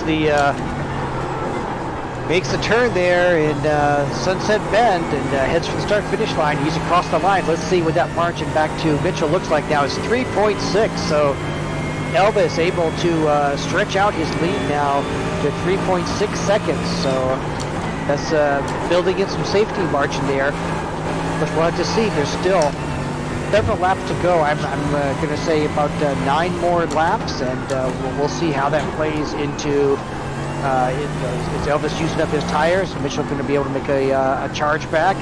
Meanwhile, the direct battle there between Mitchell and Travis in second and third, about 1 second between those two drivers. So Travis able to take out about half of the lead that Mitchell had on the prior laps. And Travis is closing in a bit on Mitchell there, perhaps making use of that draft on the back straight to close in. But Jason Gata, in the meanwhile, has moved up to within a tenth of Schwenke. In fact, Schwenke's going to have to be keeping an eye on his mirrors now as Jason has brought that Mercedes up right on his tail. And indeed, he's going to apply some pressure here. And Mike Dam also keeping things close there in 5th place as he is not far back. Don Cole started 10th, moved himself up to 7th, and he's got a nice battle there. He's certainly got Randall Sherritt in his sights, but also keeping an eye on Kyle Edwards-Lamb behind him in that Mercedes. And those two drivers shaping up to have a nice run. David Clymer, I think Randall, he's moved himself up to 9th, and Pete Bennett is running 10th at the moment with Tom Dudek and Alex Morano right behind him. Yep, where did Randall go? He's not in front of Shaun. He spun out. Yeah, so I think Shaun moved up to 6th. He's closing in on Mike now. Oh, yes indeed. Yes indeed. So Randall spun out and but yep. It's going to open some opportunities here for Shaun. And in fact, as these guys are thinking, still several laps to go. And I think if I'm Kyle, I'm thinking about do I work, with Shaun here and see if we can pull up on Mike Dam and have a real nice race here at the finish. You get battling, you fall a little further behind those front 5. So you got to think about your strategy here early in the race. Yeah, really don't worry about him behind you, Shaun. Just make your feet to the throttle, make them straightaways count. Elvis Rankin has now added another second onto his lead, so he's now 4.6 at the front of this field. He can't get complacent, though. He's got to maintain that concentration level and not get complacent, because it will not take long for any of these drivers behind him to pounce should the young driver make a mistake. The battle behind him continues to get exciting. Travis Schwenke still running about 1.5 seconds off of Mitchell in the Mercedes, and Travis has a mirror full of Jason Gata and Mike Dam as well, kind of closing in there. Clymer doing well in that Ford, huh? He's actually gaining on everybody individually. Yeah, in fact, David Clymer started 12th. He's moved himself up 4 spots to the 8th place spot. And he's sitting about 2.5 seconds off of Kyle. But, again, early in the race, several laps to go yet. I think I got to give Clymer so far, he's just been super clean. Mitchell Wilker up here in 2nd place running that Mercedes for all it's worth, using all of that curbing as he works his way through turns 15 and 16. Driver Schwenke, meanwhile, running the Audi, maybe not making quite as much use of the curbing. All right. the different cars, have kind of different sensitivities. Some of them liking the curbing, some of them not, and these drivers obviously having a lot of practice time there to figure out what their car likes. Elvis continuing to build a lead on each lap. It looks like he's adding about 8/10 a lap is the kind of pace that he's throwing down there. And meanwhile, we continue to have a good race as each lap, Travis Schwenke draws a little bit closer to Mitchell now, just 1.1 seconds between those two drivers at the start-finish line this last time. But Travis is going to need to close it up a little bit more than that, or he's going to run out of laps with about, I'm going to guess, 7 laps to go here. He needs to pick up more than just a 10th a lap. But as he gets closer, he's going to have more help out of the draft, and so he may be able to actually make that happen. And, of course, he's got Jason Gada right behind him, just 1 second back. And Jason will obviously be looking to take advantage of the draft off of Travis. Mike Dam, another 1 second back. So pretty evenly spaced there between second place and fifth place.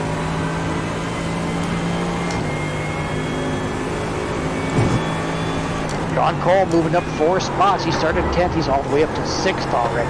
Man, just got to keep laying down those laps. Doing a great job. Still got Kyle there, running behind him. Sorry guys, doing? No worries, man. A little apology. That's good sportsmanship there from I barely Kyle. even felt it. He just got a little bit of a run there, but not a hard hit or anything there. Shaun. Garbage, Cole. Come on, Cole. Overdriving now. Come on, settle it down. Yeah, I hit the reset button there, Shaun. Refocus. Yeah, hit your apex and make it all straightaways. David Kleiber, yeah, really doing a nice job of that Ford GT, just like just like you said, Robby. He's continuing to move up, getting a little bit closer. Going to try to introduce himself into this race for 6th place with Shaun and Kyle. Yeah, he's and from what I hear, well, I don't know what to believe now. Apparently, the Audi was the piece of junk that Elvis is in, according to Elvis, and the Ford GT was wicked challenging. Is that it? So we got some really nice racing going on here back in the field too. Even the back 4 drivers are right on top of each other. We're really just seeing some nice racing here from Morano and from Minette and Sherritt and Dudek. Those guys are all running nose to tail here clean, halfway through. I thought we might see a little boat bumping and rubbing, but I'll tell you what, Elvis now 6.5 seconds ahead of the pack, but as I'm looking at him working his way through these corners, he is using every inch of this track. He is not laying back at all. And, he can get up on the. If I touch them curbs, I spin. I'm surprised at how much he's on the. You're right about that. It's actually a big observation. No one else is. She's left. Let's see how Mike Travis from nearly up on that. Oh, now we really got a good race going on back here for 4th and 5th place. Jason Gada and Mike Dam. Mike has worked his way up on Jason there in that Mercedes and get that big wide Mercedes punching a big hole in the air, and Mike Dam's going to try to bring that McLaren and just kind of suck right up behind him here and see if he can get a run down into turn 1. Wow. You keep saying that about that corner. That's like the 4th lap. I keep doing it really, really, really wrong. Yeah, I got to get that one down. Oh yeah, we did have a little bit of a change in position there. Kyle getting ahead of Shaun, but Shaun's still hanging out in that 7th place spot. Plenty of time left in this race, Shaun.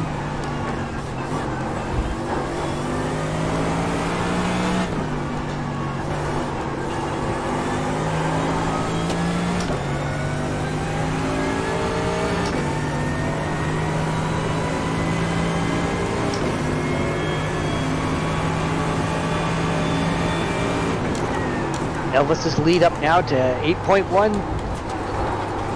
seconds. Continues to be close there in 2nd and 3rd place between Mitchell and Travis. Still 1 second separating those drivers. And now with Jason maybe focused a little bit on that McLaren in his rearview mirror, he slipped back a bit from Travis. So a little bit of a gap now between third and fourth place, and no gap at all between Mike Dam and Jason Gaddis. Mike Dam has that McLaren running right up on the rear wing of the Mercedes, but does he have any kind of speed, or does he have enough speed in that McLaren to try to get around the powerful Mercedes down that back straight?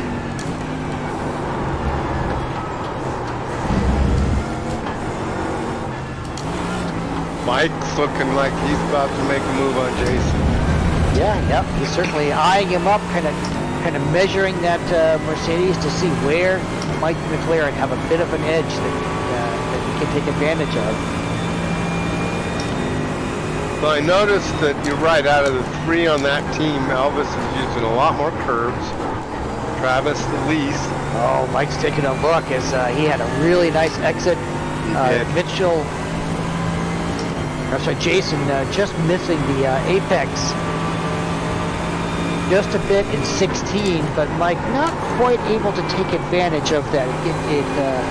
It allowed him to drop a little bit closer, but just not enough of a horsepower difference, and not getting enough help in this draft to get around the Mercedes. It's just being able to Mercedes hang right seems in strong on the straightaways. Would that be correct? Yes. I mean, yep.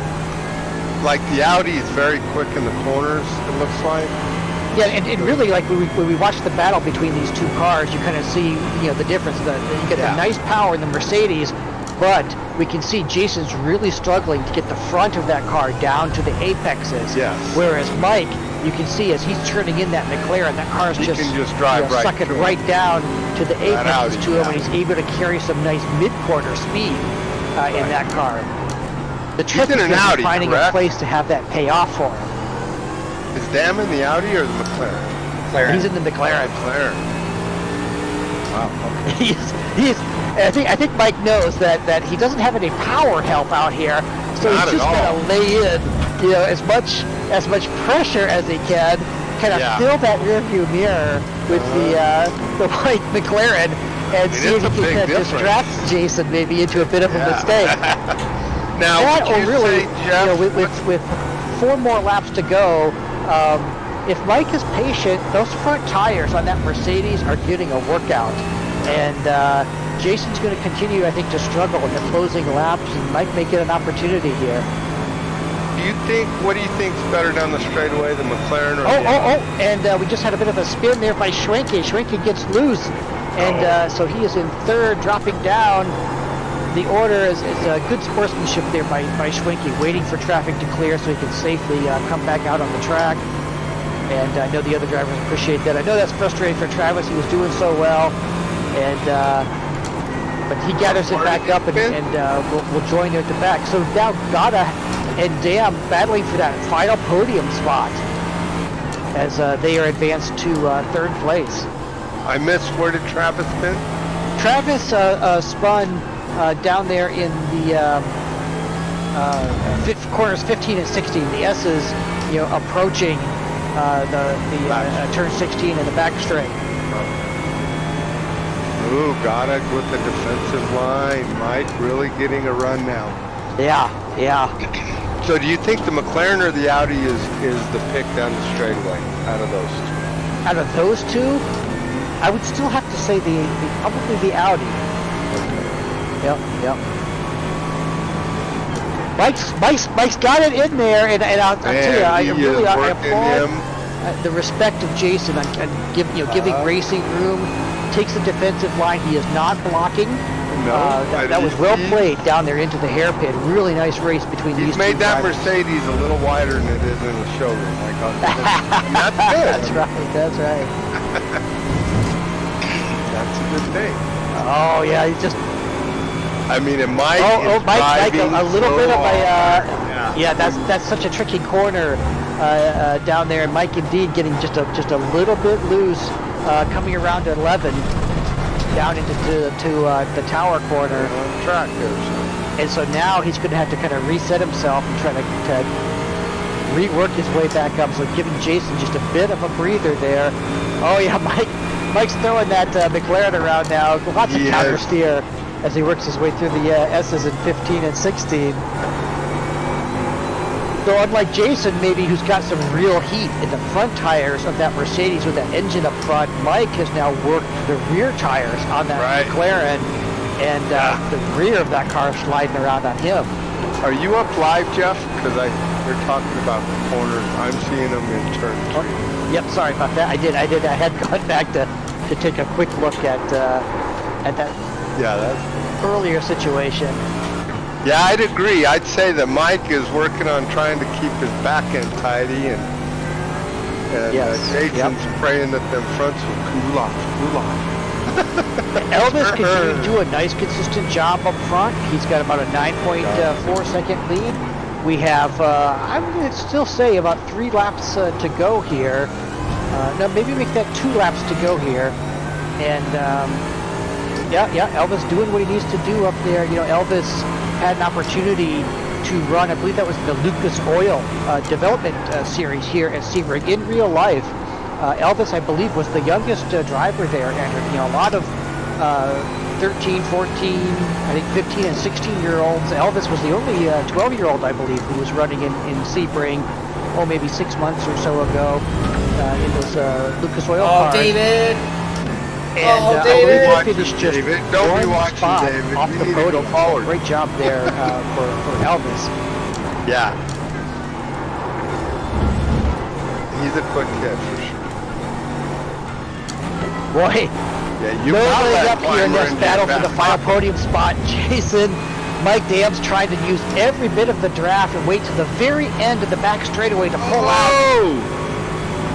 So close, but just not enough power. As soon as Mike pulls out of the draft with that like Mercedes, just doesn't have any extra then to kind of get the job done and pull up alongside to take the inside of Sunset away from him. So now he's going to kind of keep looking as he get down here into one, and maybe one of these tighter corners, maybe getting down into the hairpin corner, he'd have an opportunity to do it, but he's running out of laps. I believe there's going to be, we're on to our final 2 laps here.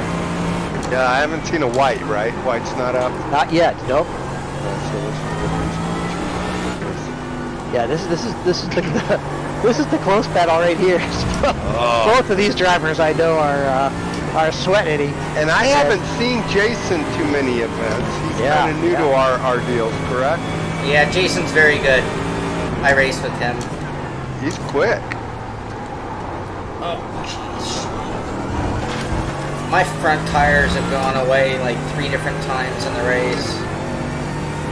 Yeah, and climbers back into climbing up your backside and 32 here in a little but bit. Shaun Cole still holding well there at 6th, but he's got that Ford GT up behind him. And not far back from that is Morano in the Mercedes. He's really making a press here, currently running 8th, and he'd like to pick up a couple of spots here in the closing laps. Mike's making him move down. I'll tell you what, Dam has worked the back of that Mercedes like a bad habit. Yes, he has. I mean, he has kissed it and smacked it and hit it and been everywhere on every freaking side of that guy. Look at it. So they exit off of 16 down there, for the run up the Almond Straight here, and Mike's just trying to do anything he can to get alongside and take away the inside of Sunset. He can't do it, so he's going to try a different line now. That worked. Oh, he got a run. That might have worked. He got a run off of that corner, but is the Mercedes going to have just too much power? Jason's got himself positioned well to defend into turn 1. Yeah, Mike's going to go out and set it up, see if he can get a run off the exit of the corner. But no, he didn't do it. Yeah, Jason holding a good defensive line, not blocking. He's keeping his car in the lane. It's wide as heck, though, isn't it? What a display by these 2 drivers. That is incredible. Oh, I mean, they can't be. He might have given him too much on this braking zone. Mike would really like to get the inside, to claim that inside line down to the hairpin, but just can't quite get there. Well, Jason really can drive in deep. I mean, and he does it in a way where it's not really costing him his exit. That's right. Too bad. That's right. Right. Yep, I mean, yep. a little. I can see it's letting Mike in there a bit, but not enough to get him. And I believe the white flag is out, by the way. It is. Yes. The white flag lap. Elvis Rankin continuing to lead. He's got an 11-second lead on the class at this point.